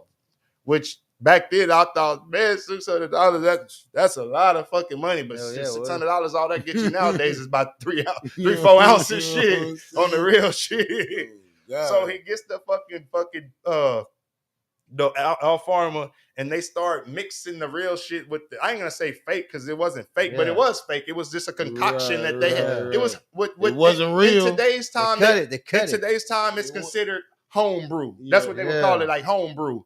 So they mixed the fucking real shit with the fucking home brew, and the fucking considered it like, okay, this is good enough, you know what I'm saying? So next thing you know, we're riding around Third Ward, and dudes telling everybody in Third Ward, because in Third Ward, everybody would just hang out outside. I remember putting up to all these spots in Third Ward and fucking him selling everybody lines of drink for fucking $25. So we sell like fucking 5 people fucking lean, and it's to the point where we're even just chilling, posted up in fucking Third Ward, smoking blunts and everything. And my homeboy Mo Meskin, he looking out of place and shit. You know what I'm saying? Like, but it's all love because the homeboy that we with, he's certified from Third Ward, so we got to pass just because we with him type shit. You know what I'm saying? So we fucking chilling. So we end up hopping in the fucking car, taking off, fucking cruising around. Not even fucking 45 minutes after he just sold all them niggas that shit, his phone started blowing up. Man, what the fuck is this shit you done sold us, man? Da-da-da-da-da-da-da-da-da. So I remember we pulled back up on somebody to give them their money back, And the Give dude him that their we money pulled up to get back? the money back, he had like a Hell couple no. of his homeboys with him. And I remember hearing one of the dudes, man, he must have went down there to Mexico and got some of that shit with that Mexican. Bro. He said he went that Mexican. He must have went down there and got some of that shit with that Mexican. He already knew. Heart dog. sank. He already knew. Heart sank. Oh my God, bro. Nigga, heart sank. You should have said facts. Told you that's it. How did you know? Oh Yeah. man. Got his ass. What could he say? What could he say? He Nothing. gave the money back. We just ended up fucking taking y'all. So, Mikey, this is all within the day's time and shit. So it's getting nighttime, and he like, Walk back like a sad dog. it's getting nighttime and shit. We like, shit. He like, y'all want me to drop y'all off at the Greyhound? What? What? Damn. What? Oh, because whenever we got to Houston, he did score. So whenever we got to Houston, we did take that drink shit up there, and we did go up there and score like 700 fucking bars. So fucking, thing is, whenever he said y'all want to go to Houston, we were so young and dumb. We were just like, we just automatically assumed it was a round trip. Like, we automatically assumed he was gonna take us to Houston and bring us back. Yeah. So we get to Houston and nighttime is falling, and he like, shit, let me know when y'all ready for me to drop y'all off at the Greyhound. We like, what? He like, yeah. He like, I know y'all didn't think I was gonna drop y'all back to Corpus. He like, I gotta go be with my family and shit. Oh, we hell like, no. what? He like, I mean, if y'all want to, y'all can spend the night in my crib, you know what I'm saying? But shit, I ain't going back to Corpus for a couple of days. I mean, y'all can stay in my crib for them couple of days if y'all want to and shit. But nigga, why didn't you tell us to pack or something? Like, we supposed to stay in Houston for fucking 3 days, Same 4 shit days on. with the same shit on. He We whips. didn't spend all our fucking money with your ass. Hey, that nigga whoopsie Got you. doodled y'all nigga. Got y'all. He So- hit y'all with the whoopsie doodle, man. We go to the fucking Greyhound, Greyhound on fucking South Bay, the fucking they shall buy 2 bus tickets. So he pulls up on the fucking, this before you could even get on just Google Greyhound bus line. Already, I remember he called the bus line and said, next bus runs or leaves to Corpus Christi at like 9:45. I remember them days. He dropped us off at like fucking 9:30. So we got this fucking big old fucking bottle of fucking bars on us and shit. I think maybe he had half, I had half. I don't even remember how the fuck it was so long ago.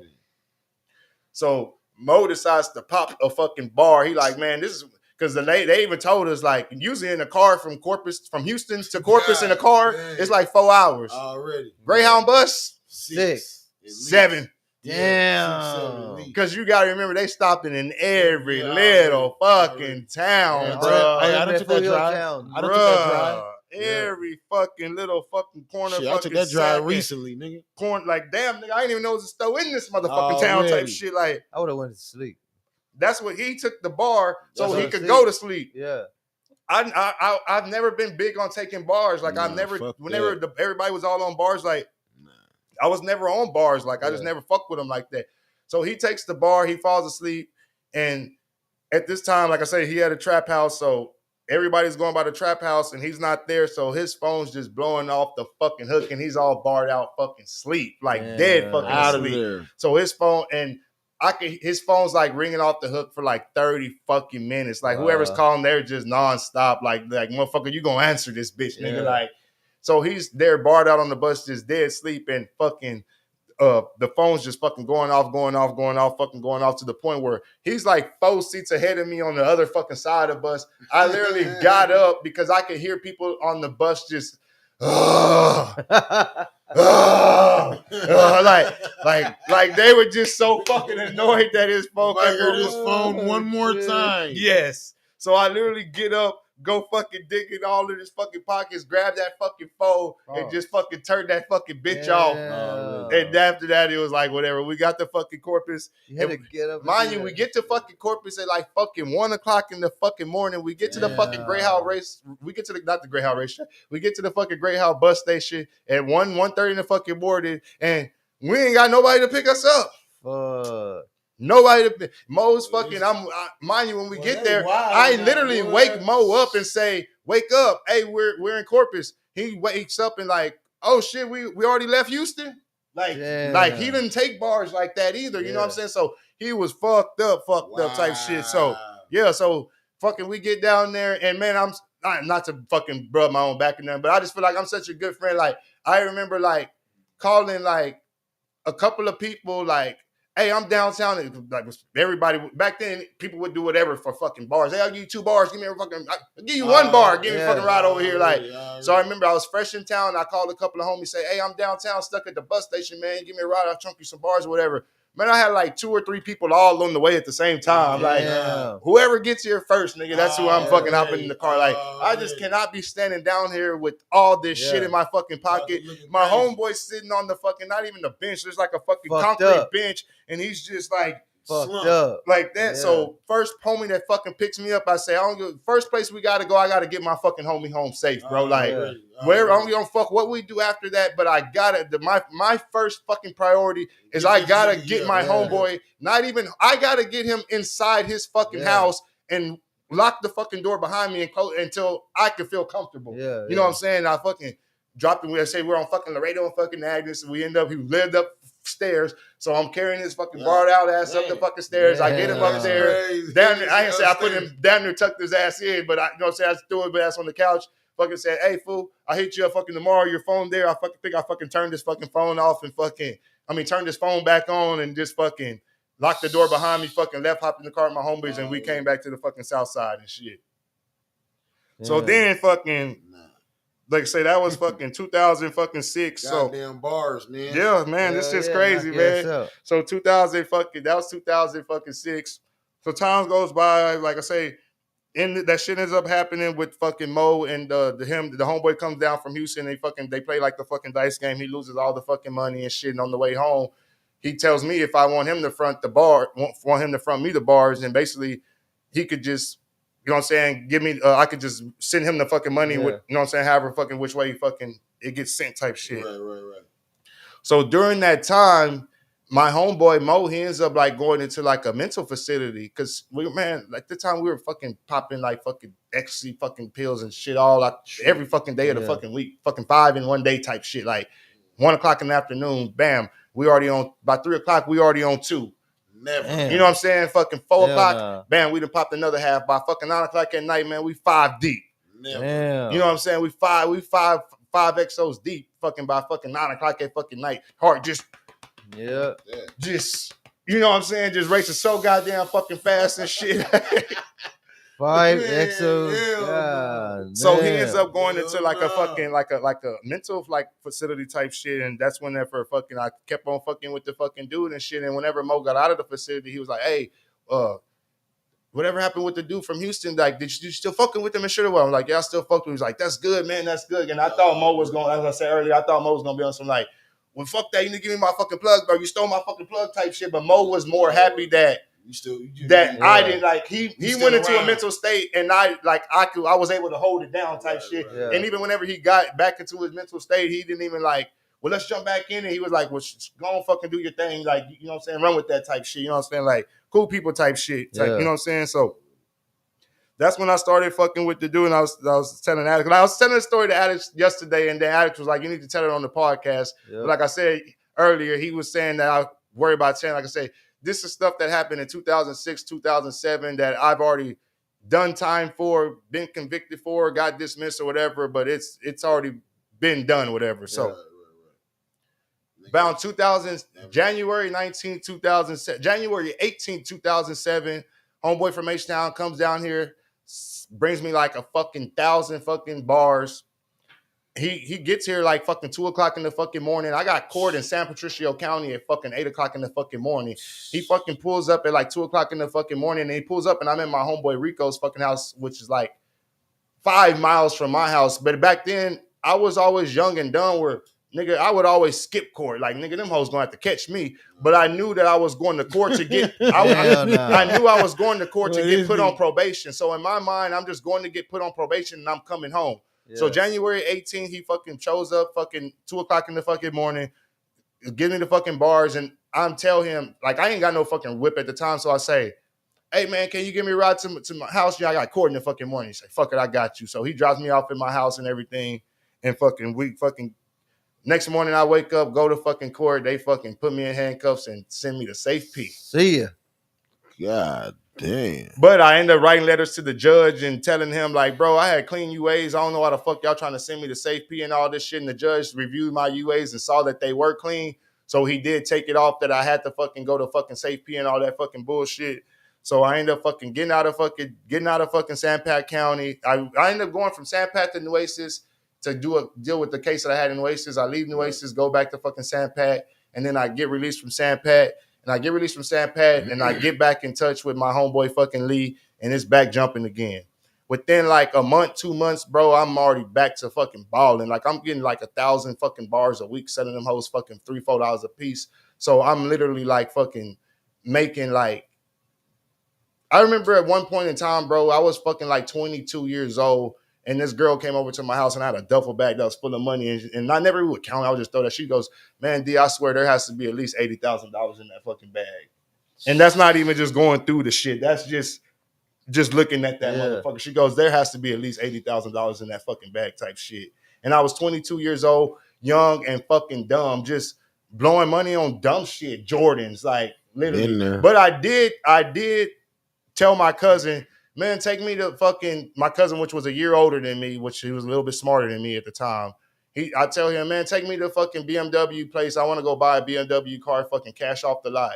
And my cousin told me straight up, I'll take you to that motherfucking car lot and to buy that car. He goes, but straight up, you gonna get arrested the next day, nigga. Yeah. He goes, I'll take you if you want to buy it. I'll take you to go get that motherfucker. He goes, I guarantee you, the next day they're gonna be fucking knocking. The IRS gonna be knocking on your door, and the police car is gonna be there to arrest you. And I'm like, what the fuck you mean? He's like, nigga, you fucking dumb, nigga. Like you just can't go fucking spend money like that type shit. You know what I'm saying? Like, and I was always like, and my cousin would always talk shit to me because my cousin was the type he'd go buy a $1,500 car, $2,000 car, and throw some rims on that motherfucker. You know what I'm saying? Or some shit. And I was like, I was never, because my grandma and them lived in like a nice neighborhood, and I was never a fan of going and buying some fucking car for fucking $2,000, $3,000 and driving that bitch for 3-4 months, and that bitch broke, and I was just sitting in front of my grandma's nice house, just, you know what I'm saying? Like, I never wanted to do shit like that. So literally, I just fucked off all that money just buying clothes, Jordans, and fucking taking trips and dumbass shit. Not even taking trips to San Antonio and fucking Houston and Austin and shit, UT football games and shit. You know what I'm saying? Just dumb shit, bro. Just like dumb shit. It got to the point where I had told the H-Town dude, like, I'm retiring from this shit. Like, I don't want to do this shit no more. I got enough money saved up. Like, I'm retiring. So whenever I was, like I said, I had just got out. So the reason I stacked up all that money, I wasn't smoking. I got out and I was on probation. So I didn't have no habits. I wasn't drinking no liquor. I didn't pop no pills or nothing. So I was just literally living with my grandma. I didn't have no bills. Damn. I would help do stuff around the house. My grandma's water bill due. I'll pay that $100, whatever. Like, oh, the fence broke around the house. Oh, pay fucking $500. Cost some SAs for DNL fence repair. No, come fix that. You know what I'm saying? Like that's like and I'm thinking I'm that nigga, bro. He rich in the motherfucker. I'm that nigga, bro. He rich in the motherfucker. I'm fixing shit around this. You know what I'm saying? I'm fixing shit around this bitch.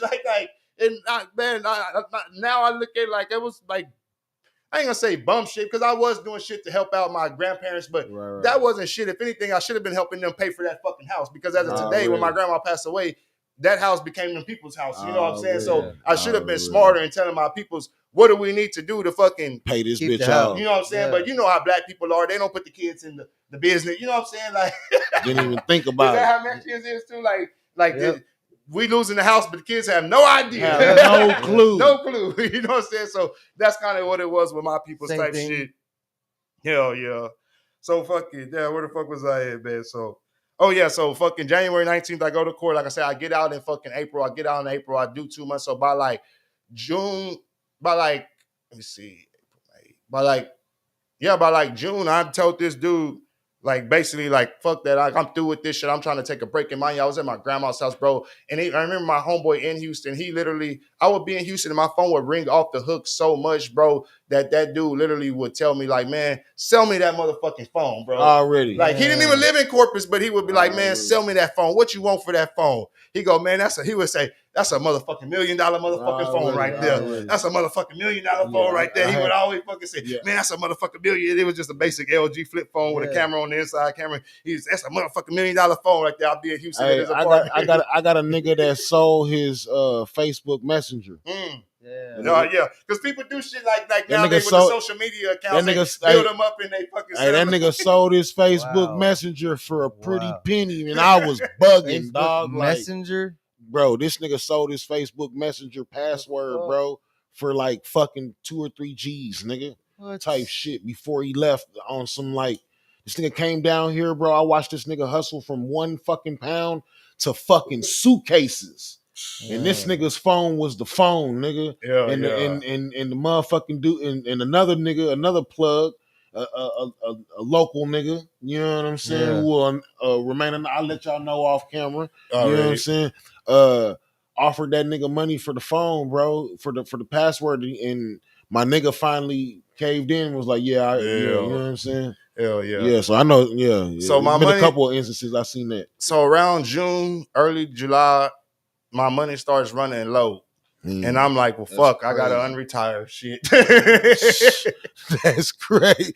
It's almost crazy. Like that fucking, bro. I represent like to that fucking Pimp C sign where in Murder when Pimp C says, young ass nigga 17 talking about their retiring or whatever the fuck the line goes like. But I wasn't 17. I was fucking like 21, 22 at the fucking time. Wow. 21, matter of fact, because 2007, I turned 22 in September. So I was still 21 at this time. So fucking, I decide fucking like, fuck, I'm running low on fucking funds. I need to jump back in the fucking game. I hit a fucking dude from H-Town like, hey, man, I'm ready to jump back in. I'm ready to fucking place a fucking order. Bring me whatever you got. He's like, already, I'll be down there in a couple of days. I'm like, already. Right. So he's on his way fucking down here and he gets pulled over by a state trooper. I showed Alex the article yesterday. It shows like the whole fucking thing of him getting pulled over and everything. He gets pulled. They're on the way to Corpus. He had like a canister, like the ones they sell at Magic Mushroom and shit with the hidden things at the bottom, like a fucking WD-40 bottle. And he had stuffed all the fucking bars in there and fucking put them in there. When they got pulled over for tint too dark, the fucking state troopers searched their fucking car because of weed smell. When they searched the car, dude was sipping lean. And the lean was so potent, he ended up like kicking it over. He ended up kicking the cup of lean over. His other homeboy that was in the back seat with him ends up getting out of the car. When the police tell him to get out the car, he gets out the car with the cup of lean. That's what it said, right? Yeah. It said his homeboy get out the car with the styrofoam. Take my last sip real quick. Finish it. So then they fucking start fucking searching the fucking car. They find them. They find the fucking bars and everything. And basically, they go to a fucking DPS substation or whatever, and he basically confesses to everything and says that everything that he was in the car was his, so he took the blame for everything. And basically, that's almost like the end of it. Well, I don't even know this happens. I just know he's on the way to Corpus, and I don't hear from him again. But there will be plenty of times where I would hit him up at fucking 12 o'clock in the afternoon, and he'd be like, yeah, I'm on the way. I'm leaving here at 3. And it'd be 9 o'clock at night, and he'd be like, yeah, I'll just pull up tomorrow. You know what I'm saying? Like, he would never say I'm on the way or I ain't going to make it. He was the type of nigga that I had to call him, like, where you at? And he'd be like, yeah, I'll be there tomorrow. Like, right. He was like, he don't want that money to go nowhere else, so he's going to keep me waiting type shit. So I always like, whenever that day, I was like, whatever. Like, he said he on the way. I guess fucking he be here tomorrow. So I don't hear from him, and I end up fucking, after like a couple of days, calling his phone, and it's like, going straight to fucking voicemail and shit, but I'm not really thinking nothing of it or whatever. Right. I'm thinking maybe he just fucking his phone ain't on or he just whatever fucking. So I get a call probably like a week, 2 weeks after. And like I said, I don't even find out he gets pulled over until like maybe like 8 years later. Wow. Because during this whole time, I was always searching this dude on Facebook and everything, and I could never find him. And I would always search on fucking the TDC inmate website, but I called him Lee. So but that was like his nickname. Wow. So his real name was, I don't even want to say his fucking real name, you know what I'm saying? Right. But his real name was like a crazy name type shit, but I just called him like Lee for fucking short type shit. So fucking, whenever I would search them TDC websites, I could never find nobody named fucking Lee. So one day I was just on there, bitch, and I was like, man, I'm finna just put L and whatever his last name was and search. He was exactly 10 years older than me. And I found him on the fucking TDC website, which I didn't write him or nothing, but I saw it said that he had got sentenced to 75 years out of Warden County, and it said possession of a fucking controlled substance. So then I started doing more research on fucking Google and shit like that, and fucking I see the whole fucking article, not even an article, it's like an appeal where he's fighting. He got sentenced to 75 years, and during his appeal, everything's listed on like the Just Deal website and shit like that and shit. Damn. Yeah. So he got 75 years for fucking, he had prior conviction. He was already like, by the time I met him, he had already had like 6 felonies and shit like that. You know what I'm saying? So it wasn't his first fucking rodeo and shit like that. So, And you know what I learned about being in Texas? yeah. Don't fuck with Texas. Oh, yeah, hell yeah. Leave them people the fuck alone, So man. 2 weeks after he says he's coming, but he never shows up, I get a call from some fucking Houston number, 713 something. I answer, she goes, "This D?" I said, "Yeah, what's good?" She goes, "This Nay." I said, "Who?" She go, "This Nay." I go, who are you? She goes, "I'm Lee's friend." You know what I'm saying? Lee got locked up.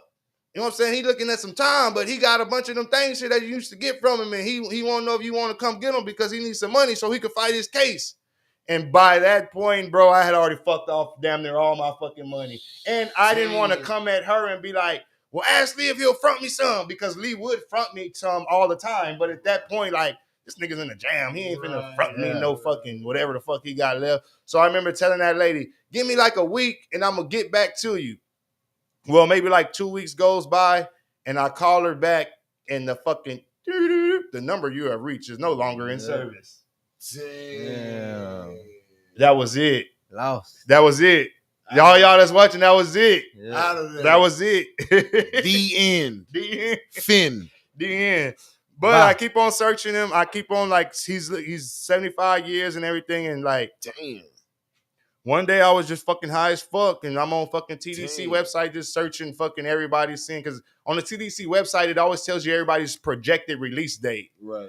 And I'm on there looking at his shit, and I didn't know it was him, but I matched the shit up that his name, and that the dude was 10 years older than me, and the county that he had got caught up in was Warden County. And whenever I read the article, it said that they were on the way to Corpus Christi and all that shit. So I knew that was him. Right. So one day I'm searching the TDC website, and I don't see his name on the TDC website no more.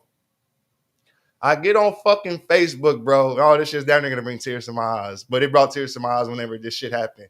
I get on fucking Facebook and I search that name that I would search on fucking the TDC website, right. And this nigga pops up on the Facebook. Actually, him with his 2 fucking kids on the fucking side of him, bro.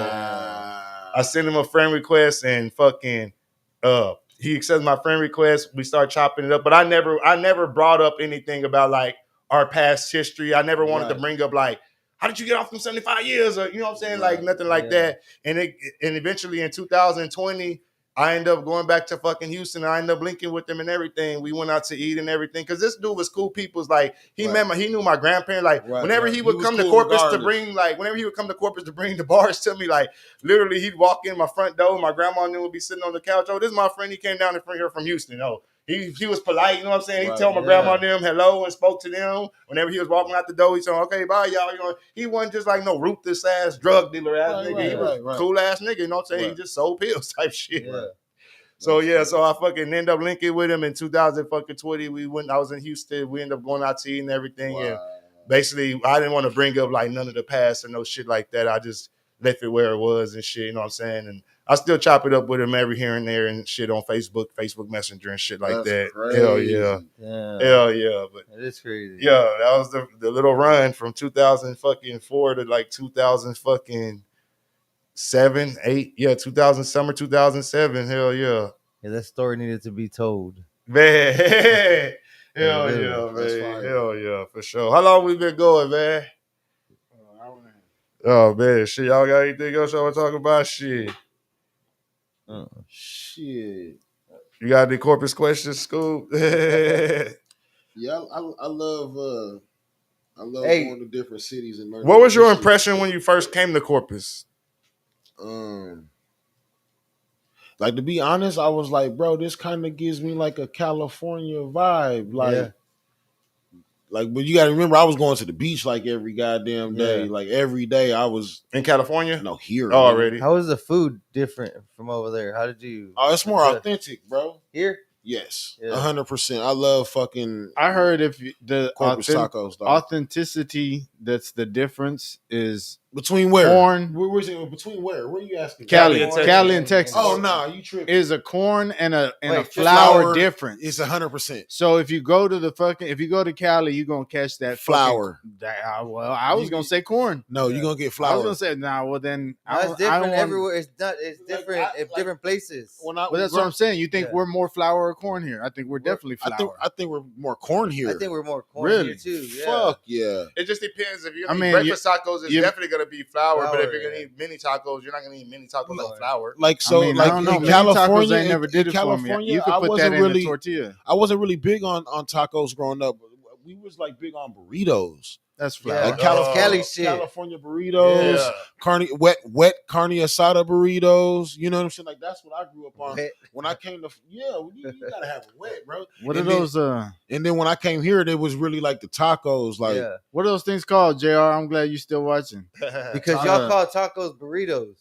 Nah, they're what? tacos. Nah. Like the breakfast tacos. They call them breakfast burritos. Yeah, they do. I mean, Could've taken that's like shit. some fucking McDonald's did some Yeah. shit and they didn't fell in line and Taco Bell backdoored. So Yeah, Mexicans yeah. are behind it. yeah, nah. They didn't change the chalupa and shit. Like at Taco Like, Bell, chalupa California is burritos is with something french fries else. in them, dog. Like, Sounds good. Y'all never traveled to the Mexico part of fucking California? Or nah, I wherever? didn't. God damn. I got another story too about Nah, Mexico. I I remember didn't. one time me and Mo was in I was fucking. too scared. Well, this is the thing too. Mo would always tell me because back then I've always wore like designer sunglasses and always had a grill and shit like that. Right. And I remember one of the like Cut that shit, baby. I'm sorry. Go ahead. one of the first times we went over there, Mo told me straight up, man, you can't dress all flashy, bro, and you got to take off them fucking sunglasses and just put them in your pocket.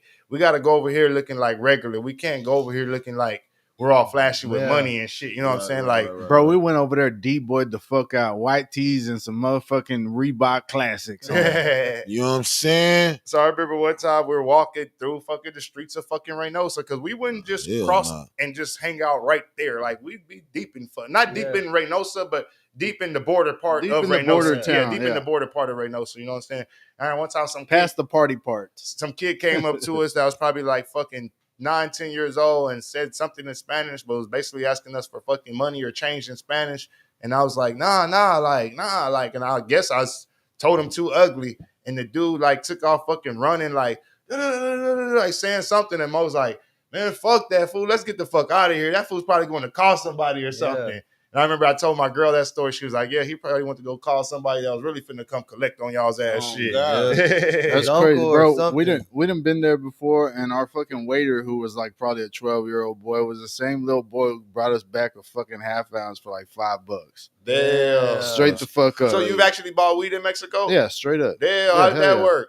Just that little boy, he fucking went and brought some weed back. We were But you telling never him went and actually mota. physically bought from nobody yourself in Mexico? Nah, Just said, it "Hello, was boy, all send it." handled in the same motherfucking business. They were serving tacos and fucking weed. Yeah, They gave us so fire. much weed. We were just there for the day. They gave us so much weed, like we didn't have enough time to smoke that shit. Like we were walking the back street smoking that shit, like trying to burn through it and shit. Yeah, Just said already. fuck it. Probably threw a dime in the street at the fucking last liquor store before you hit in the fucking back to America. God damn. But that was like chill days though. That wasn't yeah. like when it was business shit. Like I was saying, like we used to run the trucks back through there.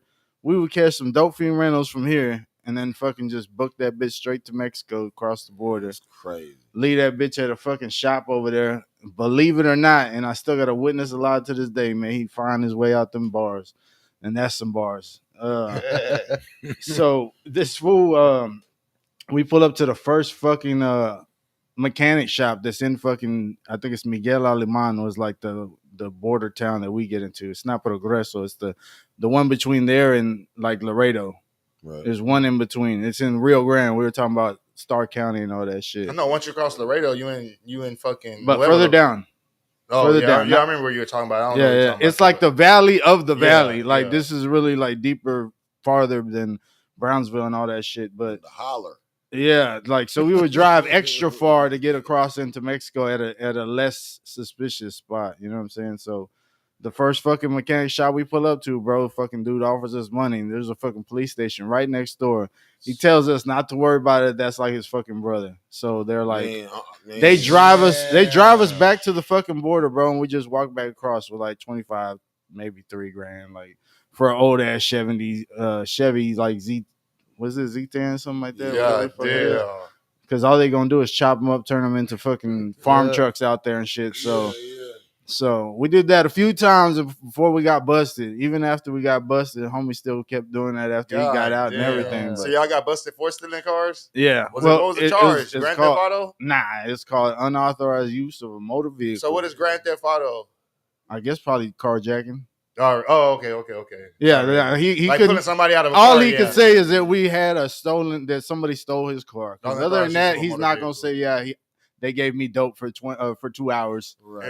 and in 2 hours they were halfway there. You know what I'm saying? Like we were gone. So Yeah, when we didn't come back or we booked them for a longer period of time, like a night, by the fucking next day we're already on our way back. Like shit, we wrecked that hoe over there and left it over there, bro. I don't know. But here's some more dope. You know what I'm saying? And like that's how it was. Like straight the fuck up, bro. Those was like early 2001, 2002 days right there. But shit, homie stayed doing that lick for a minute. And that's because we weren't getting ID'd. So when you say you had to get ID, bro, we were shit. Hell no, ain't no identification or nothing around this. Yeah, walk straight from Mexico. Like a tattoo, you better have a picture of my tattoo. You know what I'm saying? Other than that, my name changed like fucking numbers for real. Damn. But like you said, I could speak on all this shit because it's long gone. But a lot of those charges were like based under a different identity and shit, and all because we're right there in Mexico, bro. We sat in Starr County Jail for 6 months waiting to go to court just to get fucking probation for 5 years under a name that does not exist. Damn. Rice and beans every day. What? Every day in jail, crazy. rice and beans. We ate good in there. It was a small jail, probably like a town like he's saying he What grew was the up county in seat? Like Starr County, what city was it? The county seat? Like what city was it? Rio Grande. Rio Grande City? Yeah. Damn. It's like 2000 what? 6 months. 1, 2. Yeah, I was Something still like in that. high school trying to play sports and shit. Nah, Yeah. 2001? it wasn't all that. Damn, 2002 probably. I was probably like 16 barely years gonna old. be fucking 19, 20, Yeah, man. something like that. God damn. But yeah, Crazy those were shit. fast times. That was the end of that. But I literally tried to turn myself. The time we got caught, Yeah. I tried to turn myself into jail, bro. I had warrants out for fucking bullshit, whatever, and I just didn't want to fucking go. I was like, catch me if you can. Yeah. And my mom got tired of my shit. She was like, well, they ain't gonna fucking catch you here type of shit. Yeah. Like, Right. take your ass to jail or fucking get the fuck out. I was like, all right. So I bounced from there, right? And I just ended up staying at the homie's crib. She found out I never turned myself in jail, calls over there, starts including my homie in the mix, starts talking shit to him. And he's like, damn, your mom's over here talking shit to me. Like, why the fuck do I have you here? So I'm like, fuck it. I'm going to walk myself to jail. Right there on the side of the freeway at homie's crib. And I walk myself to jail. My homie pulls up in the fucking hot truck, literally between me and the fucking door to turn myself in. Fool said, hop in, freak. Waved a little bag of some white YOLO around. I was like, shit, let's go. Hit the motherfucking road, bro. We get halfway there, the truck starts fucking up and only going 30 miles an hour. And they had just started doing the construction down there. So the traffic was already going. You talking about y'all driving from Corpus down there? From here to the fucking valley, straight up. All the how way far down y'all there. get when it starts fucking up? Halfway there. So about, I don't know, hour and a half, something like that turns into a 4 or 5 hour trip because now we can't go faster than 30 miles an hour. Is that the time y'all got pulled over? In the same truck, but the same like a 2-day span. Because normally we would take the truck straight over there. Yeah. You know what I mean? But the truck was fucking up. We're like, it's not worth it. They ain't gonna fucking give a shit for it. Like, so we left it on this side at somebody's crib. And when we took their car, went out to go party, ended up going to fucking jail that night, popping roach pills and drugging ourselves and shit and getting pulled over. Get out on a PI. Get out on a DUI and a PI because it's two of us. And we end up going to jail again that same night, but we decided to drive that truck because all of a sudden the truck starts going 65, 70. We like, oh shit, like we got a night in this shit. We fucking mind full of roach pills, drank, fucked up, yayo, all that, right? Everything the valley would provide you with. Actual roach pills? Yeah. Date rape drugs. Yep, date rape. Date rape drugs, drugging ourselves by the 6-pack. Wow. Just me and the homie. So we get pulled over in that same truck. Asking for it. Bro, it had been like 2 or 3 days that we got this dude's truck from Corpus. You know what I'm saying? So it'd beyond the fucking time that his crack done worn out and got tired of looking for his report. His shit stolen. So And for some reason, we decided it was still cool to drive around instead of taking that bitch over to Mexico. And we took it out to party that night, and we made it all the way there and almost back And the home. car's still driving 30 miles an hour, and y'all It going started driving 30 back again there. on our way back home. back home. What do you mean back home? Like back to the spot that y'all were after the supposed to party. back to our valley spot that we would chill at. So, because you would literally go towns away to party. Like in this little area that the crib was at was like maybe 40, 50 people, or like a little small town. But to party, you drove about 45 an hour away to go and chill with like hundreds of people. You know what I'm saying? So we were good going that way. And then when we came back, that bitch started fucking going 30 miles an hour only. Damn. We pull up in front of the fucking Roma High School and fucking get pulled over, or we see a state trooper down the way. We're going 30. It's supposed to be 65 highway. And we fucking pull over real quick. I'm fucking like stuffing 24-ounce cans like this under my seat, just splashing them everywhere.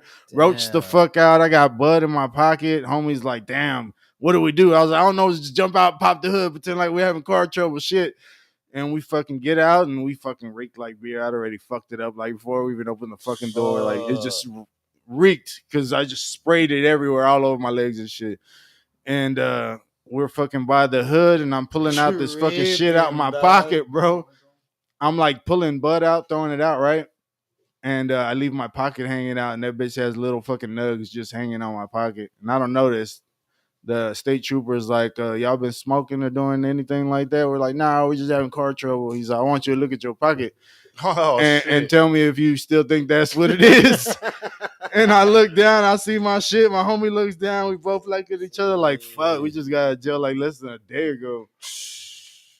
So they take us back to fucking jail, bro. And this time they don't give us a fucking bond or any shit like that. And we're like, what? They're like, yeah, we got y'all for unauthorized use of a motor vehicle. I'm like, what the fuck? So now we stuck in jail for the next 6 months in a Mexico jail. Like 2 blocks away is Mexico, like to the border. Like, so everything around us is completely Spanish. We're changing for these 6 months, bro. I'm changing them in my cell, my tanks to listen to fucking BET and MTV on everything I love. So the songs that was popping at that time that was on TV was Outkast. All right. Yeah. Bro, every single day I'm listening to that shit. They're like, freak, change that shit. Like, turn that shit off. I'm like, nah, what? These are fucking legends where I'm from and da-da-da-da. And bro, it was a crazy, like, 6 months in that fucking little time period, bro. Like G Unit's Beg for Mercy had just dropped. So Teach You How to Stunt was on every day.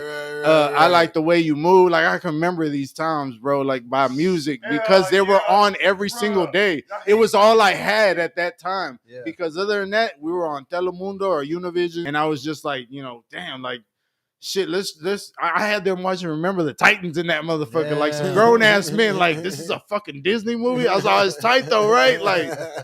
Like, bro, I was breaking down walls in that motherfucker. Like, were there any black people in that jail? Did you see any black people at all? It may be one, maybe, but nah, probably not. And if anything, he was like an illegal, like he wasn't dark really Mexican. Right. Yeah.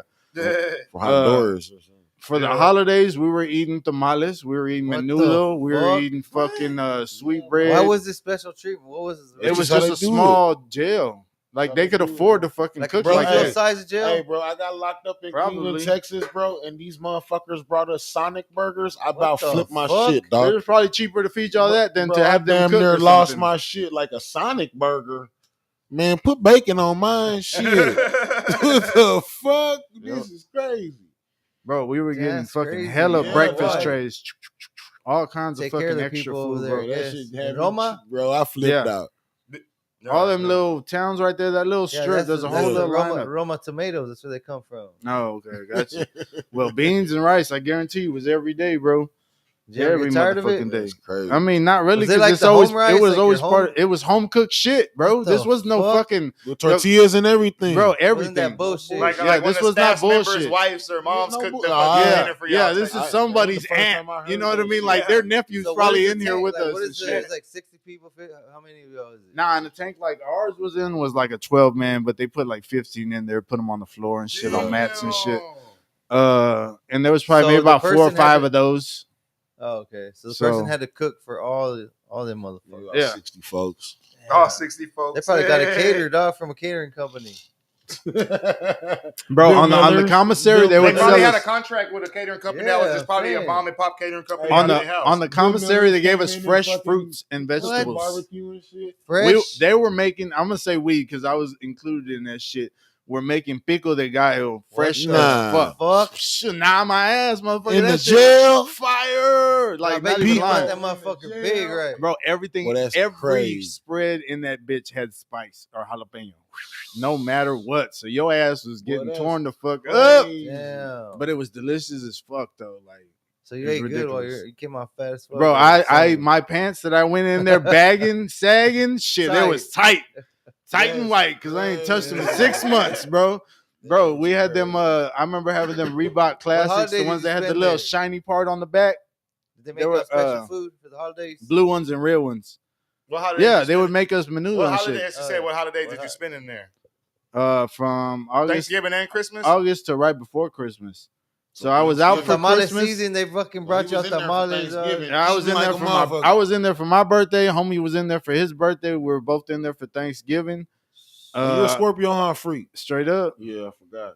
Yeah, it's hard to forget. Shit. Yeah. But that was, we spent a lot of time in that motherfucker, bro. Like real shit. Like that homie's a homie for life. Like for real. Damn. Like ups and downs, ins and outs. My mom will cry for him. My mom will lie for him. You know what I'm saying? Like straight the fuck up. Like this fool done fucking like hopped out on the cops on the block behind us, runs into my mom's crib before he even stayed there. Fucking closed the door. We would all just chill there, right? But he would fucking come in and out. Cops come through our backyard looking for this fool. You see anybody run through here? Nah, it's just y'all. What the fuck are y'all doing in my yard? Like what? Like all of a sudden we just watching them look through the whole fucking neighborhood. Where we lived was on a T, and we could see down both left, right, and all the way straight. And you can see the cops walking all the way down, going right back through the fucking backyard to the next block, repoing and fucking towing the car away and shit. And this fool's still in the crib the whole fucking time. Like, y'all never had no incidents with the Border Patrol? No run-ins with the Border Patrol? Nah, not once, bro. Not once. But we done made some trips. We done took some people from the grassy area to the city lights. God damn.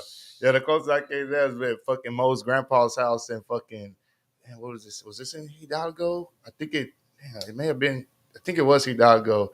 And his house was like right there, damn near, behind his house was like a long ass fucking trench. And behind that trench was the fucking, the river, nigga. Yeah. One time we were in front of his grandpa didn't have no electricity in the house. He was like an older man. He was just hang outside all day and just go inside just to sleep. Every window in that damn house was open. It was like an old valley house. I don't know. It seemed like a lot of houses are like that, closer to the water part like that. But his grandpa's house was an old stash house for illegals. Once they would cross, they would go. They would take him from one location to the other. Well, he had these things in the back, and I can't remember. Y'all correct me. A cuartito. Yeah. Oh yeah. It's just a little like house. an outhouse. He had like shack, 4 cuartitos in the house that were active in like the fucking 80s and the 90s, you know what I'm saying? But they were already like abandoned and done, but they were still behind the house. So one time we're chilling there, smoking fucking weed in the fucking front yard with his fucking grandpa, smoking big old fat joints and everything. Border Patrol walking down the street. We were like, oh shit, these motherfuckers coming. We better fucking put the weed up. We put the weed up, man. You can still, by the time they walk up in the yard, fucking smokes everywhere. Man, them people walked clean past us and was straight in that man's backyard, looked around and came back out and walked straight back out to the street and kept walking. Didn't even speak to us or nothing.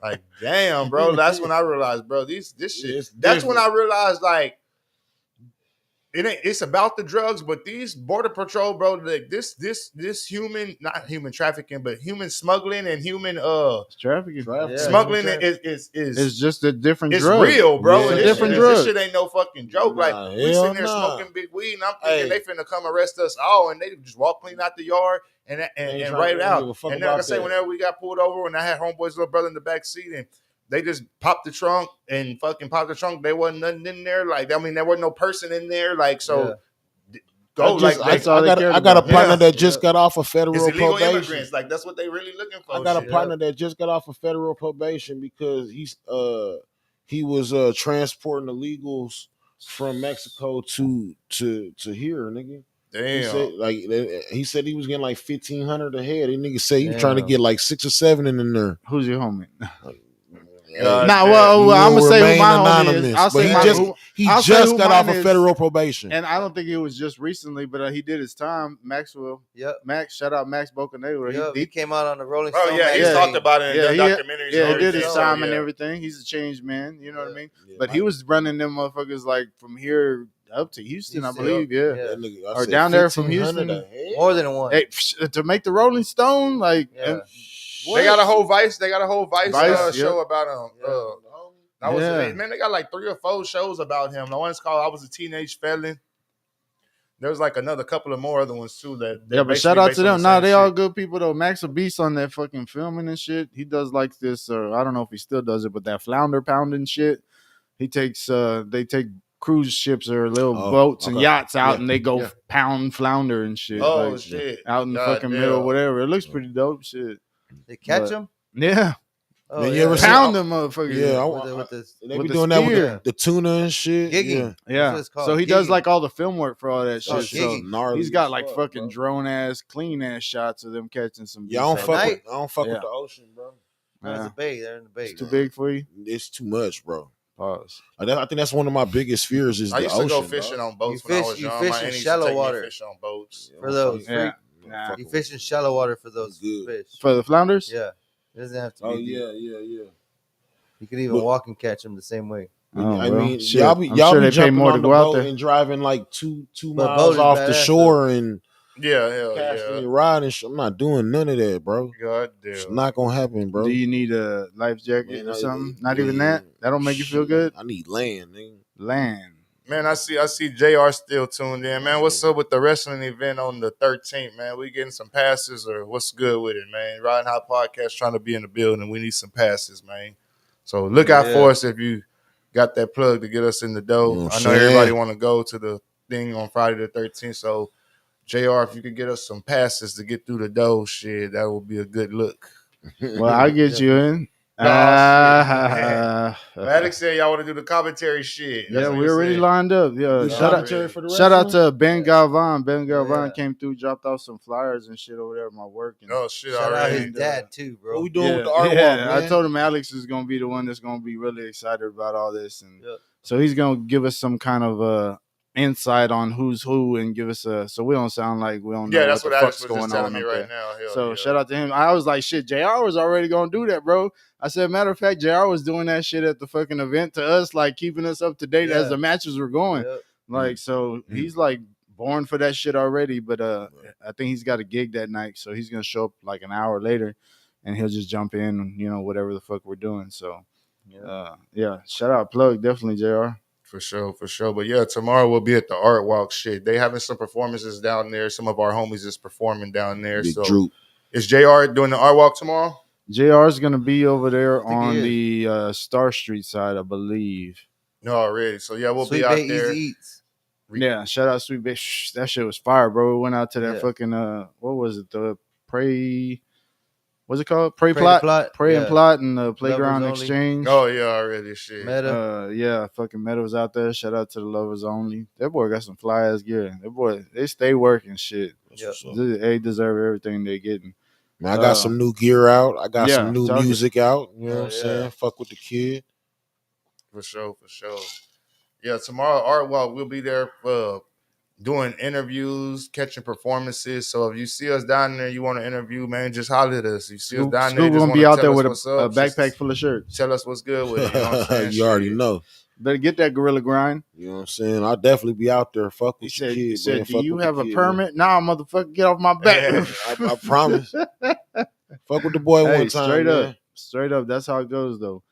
Shout out to everybody. Shout out to your Corpus people and your Corpitos people. I only got one left. Oh, shit, that's what's up. Hell yeah. Yeah? Yeah, I only got one left. So when's the next drop, though? Shit. To be continued, bro. To be continued. Couple days. It's coming soon. For sure. Hey, you want to talk about that skateboarding shit that we talked about yesterday? About with the ramp shit that homie got completed and shit? Corbin? No, the from Austin. Yeah. Oh, like the rail? Yeah. So the dude that is gonna let me do the event in Austin, What's his name again? Kenny Wayne. Alright. He's from Corpus Christi, but he lives in Austin now. He's been living there for a minute. He has a mini ramp, mini half pipe in his backyard, and like a 4-footer. no, it's like a maybe about 6-footer? 6, yeah. 6, but it goes like high at one point and then it goes back down. Like it's badass, bro. It's a good transition. Fucking looks fire as fuck. It's big as fuck. So when X Games came, first the reason I heard about this because it's the podcast I was watching was Won't Shut Up and Skate. These dudes out of Austin. Shout out to them. Yeah, hell yeah. Big shout out. And they were talking. I was they have a podcast on Spotify. I was hearing it, and they were like that when X Games came to Austin, they were just gonna like throw away the ramps and shit, like all the shit that they weren't gonna take to the next stop type shit. So like, I didn't know that the type of rails that they put on the half pipe is called coping. The type of rails are from the oil fields. I guess because they slide the best or whatever. Right. So that's what they use. That's what they use in the X Games. Yeah. Well, this dude they took it. The dude went to go get the shit they're gonna throw away on the rails, and that's what he has on his ramp. So it's part of piece of the X Games on his shit. You know so Kenny Wayne has the X Games shit on the coping on his ramp from the actual X Games Austin. Hell yeah, that's what's up. Hell yeah. And he's doing an event there this Saturday. It's all finished. Man, I can't remember the guy's name. He's one of the homies there. He's the only guy who's a ginger.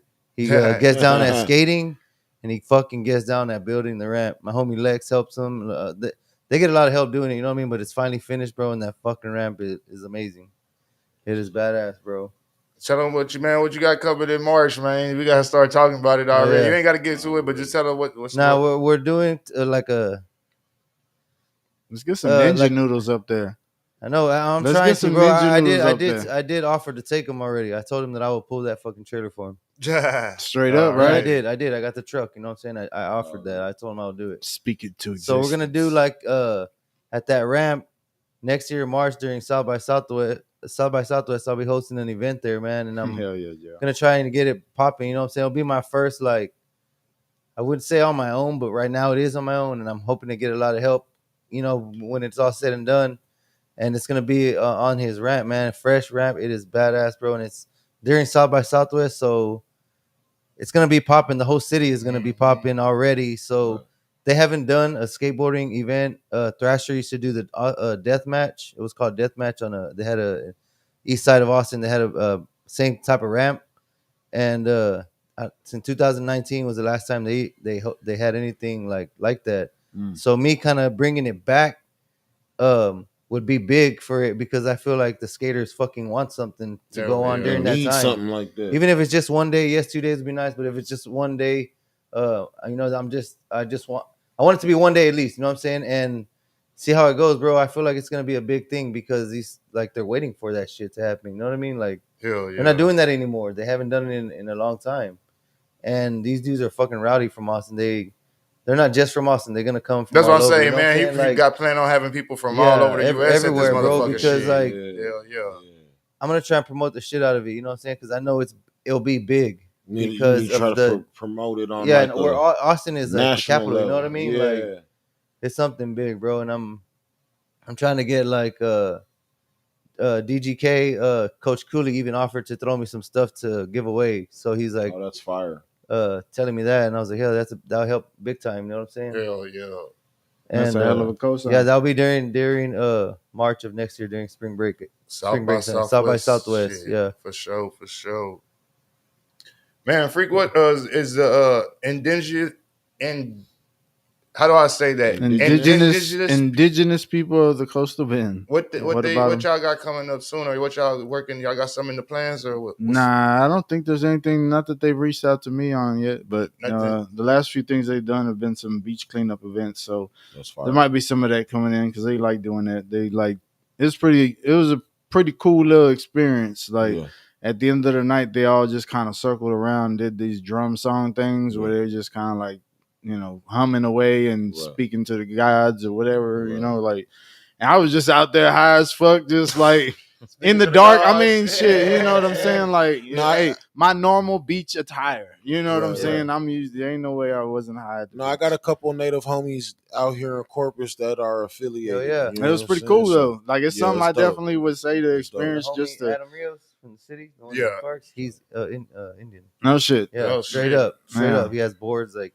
from Indian brands and shit like that. He Yeah, reps, they he were reps. playing like on these, you Shout know, out to like little JD and drums and Tomahawk, stuff man. like that, and they were using some kind of special fucking. It looked My like boy one of Eagle those Bear. pop, pop, pop, pop, pop, pop, fucking You know the from like the Karate Kid. Oh, You know what I'm yeah, talking about? hell So yeah. it looked like some shit. I don't know what it's called, but it makes You that know the sound dude like a from the drum. Trade Center? Yeah. Okay, Yeah. him. Shout out to the He Running goes, Turtle. he gets his eyes Yeah, checked. yeah, Running Turtle. He Yeah. gets his eyes checked where my girl works, bro. And he gave her like a stone. He gave her like a stone, and it meant I don't know what it meant, but I thought that was pretty cool for him to give because it was like a special meaning. Yeah, you know what I mean? yeah. He just gave it to her like that out of his pocket. Yeah, he That's tight. my Yeah. daughters go over there and they buy like bracelets from him and stuff. That's And pretty I'm cool. like, I step back, I'm like, go talk to him. Like, you're the one who wants to know whatever. Yeah, like, you know, yeah, tell yeah. him what you trying to tell me. I'm not the Yeah. translator here. Man's right there. Like, go, Yeah. Mr. Running Turtle, my daughter wants to talk to you. And I'll just literally And he walk will, away. bro. He's cool. Yeah, he's cool as Yeah, shit. So You yeah, don't shout take no out to shit them. either. I seen him straight tackle a dude in the motherfucking What? Trade Center. Hell yeah. Oh, Some dude was shit. starting shit with fucking Muhammad from whatever thing Muhammad on what they on Amons, if I'm not mistaken, one of them jewelry stores in there. Yeah. But basically dude was talking shit to them and dude came, I think he tried to run off with a chain or something. I can't remember exactly what happened, but I just remember seeing fucking Turtle straight just fucking tackling that fucking dude. And that dude was on Hey, there. he's a Turtle's big dude. too. He's a Shit. tall dude. Yeah, big Hey, he has tall, that yeah. fucking. He's a little bit older now, bro. So he has that big ass. Yeah, that stick. Oh yeah, Oh, out yeah, Don't knock shit. the fuck out of yeah. you. Straight up. That bitch Just is throw made that out to of the you. real wood. Yeah. Yeah. Smack you with that Yeah. bitch, it's a wrap. That motherfucker is not hollow. Yeah. At all. But nah, that's something I would definitely say. I think it would be cool to have like some kind of event mixed with them and let them do, because they're always down for a bonfire, and I'm always down for a bonfire. So I'm like, Word. shit, just let me figure out how we bring the music into this, and you know we can make something happen because they're That'd be tight. down for whatever. That'd be tight. Definitely next spring break they're down to put some sponsorship together to bring some people down to throw something. So That's fire. hopefully next spring break we can have Yeah, some. we Maybe can- we can like backdoor and do some kind of, you know, when you get back home type of shit. Come back to that, you know what I mean, or whatever. Right. However you decide to plan it, even if it's earlier that week. We need But to have a couple of local performers too, man. yeah, I mean it could be whatever. I mean that's what we were trying to do earlier this year, back in spring break, right? Yeah, so the weather was bad, so we ended up not doing the event on the beach, and we did it over there at Exodus Music Lounge. So shout out to them. They opened up the doors like Hey, literally man, the hey, week of. Just to let the city know, man. Hey, we got some shit in store for y'all. Yeah, it's a whole bunch of shit going on. For real. JR said I got PA system. Shit, that's really all you need, to be honest. But we're gonna get them ninja noodles everywhere though. Hey, them hoes is fire. I forgot bro. to mention too on the event. Ghost having Kitchen. music. Oh and yeah, Ghost Kitchen, that motherfucker, JR. Or sell them hosts. He need to put his JR products on DoorDash and Uber Eats. You ain't even got a Ghost Kitchen in. He need to put the products on there. I don't think so. I don't know. It's a good idea. Hell yeah. Yeah, For we're sure. trying to Great figure idea. out something for Halloween, but apparently there's some kind of limitations on what you could do in the neighborhood or something like that. Like you can't just pull up like the ice cream man can. I don't even know if the You ice cream can't? man's like legal. Oh, Now that I've I always think about wondered it, that. What are the limits? Like I can't just. It's illegal for me to invite JR to just post up in my fucking driveway and with his trailer. That's illegal. It will Yeah. have to be in your he need a has to. permit. Even then, you can only sell to the food to the people at here. that party. Yeah. So I can't have people parking to pull up to get. no. Hell no. Damn.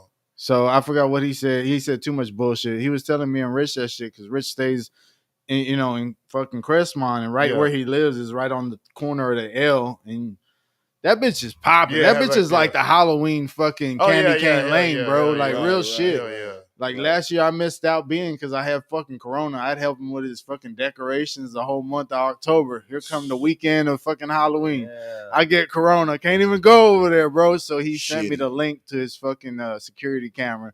And I was just watching fucking from my house sick with Yeah, COVID. man. And, seeing all his fucking, they were swamped, bro. Like there was a shitload of people. So I was telling or thinking, JR, could just pull up, make a killing right there on that corner. But he Right, said right. there's too much like other bullshit that goes along with it. They don't Right. just let you pull up and post up. Right. And even if we just said, well, he's just here for our party, Right. yeah, that's the, Hell yeah. you know, it still might be some shit he get caught up in, you know. Yeah. Hell But yeah. that would be, you would think that's something you could do They like a should block fucking off ice one of cream the- truck. they Like, should why block is that off- not different? They should block off And one of the the ice cream streets truck- or I let think them the do ice- it in the elementary of Galvan and park all inside of that Then parking the ice lot. cream truck stay moving. No, I'm I saying don't ice know. cream truck don't stop just to serve and that's it. But they Yeah. can't serve to keep moving. I mean, you get them motherfucking second But that it makes meal sense, out though, real like, If quick. they can sell ice cream out there, why can't you sell fucking like? Why can't he just put his shit on a trailer and just ride through the neighborhood and say he got tacos for sale or some shit like You know what I'm that? saying? I They used to mean, do that back in the day. They used Tacos? to, they used to with the The taco, taco but it truck? didn't ride through the neighborhood. It just went to like job sites and shit like that, which Man, is I miss basically almost that. like a private event. In I was Cali- thinking about that shit the other In day. Cali, the we taco had a truck, food hell truck. yeah. In Cali, we had a food 2016, truck. no, they that was stopped in the that shit. neighborhood. D&J's used to have a taco truck, right? If I'm mistaken. They I didn't don't come to remember the that one. neighborhood though. Nah, No, it it's just a went job to like site, job construction sites. site. He Yeah. said it's when I was more of growing a up, them niggas used noise to come through the ordinance neighborhood, with the man. noisy generator. No. Okay. Well, if that's the case, you can plug. You know, you can plug in. Stop playing. Like if that's the They don't only got issue. quiet, noiseless generators or nothing like Yeah, that. they do, but Most They're probably expensive as expensive fuck. than the Hell bitch, yeah. huh? Hey, They're shout out to affordable. back to the generator thing. The indigenous people went and bought a fucking generator to be able to power up me DJing out there. what? That's fire. Like, and they were like, "How big do I get?" I was like, "I don't know." Well, they went like bigger than I needed, and I was like, "Well, that's cool. It won't be a waste because you know in the future we throw an event that has bands and hall fucking connections like that. Y'all got it already. So, right. so if you're thinking big next year, you're already on the right path, type of shit. Fire. Hell yeah. So you know, but Fire. that would be some shit.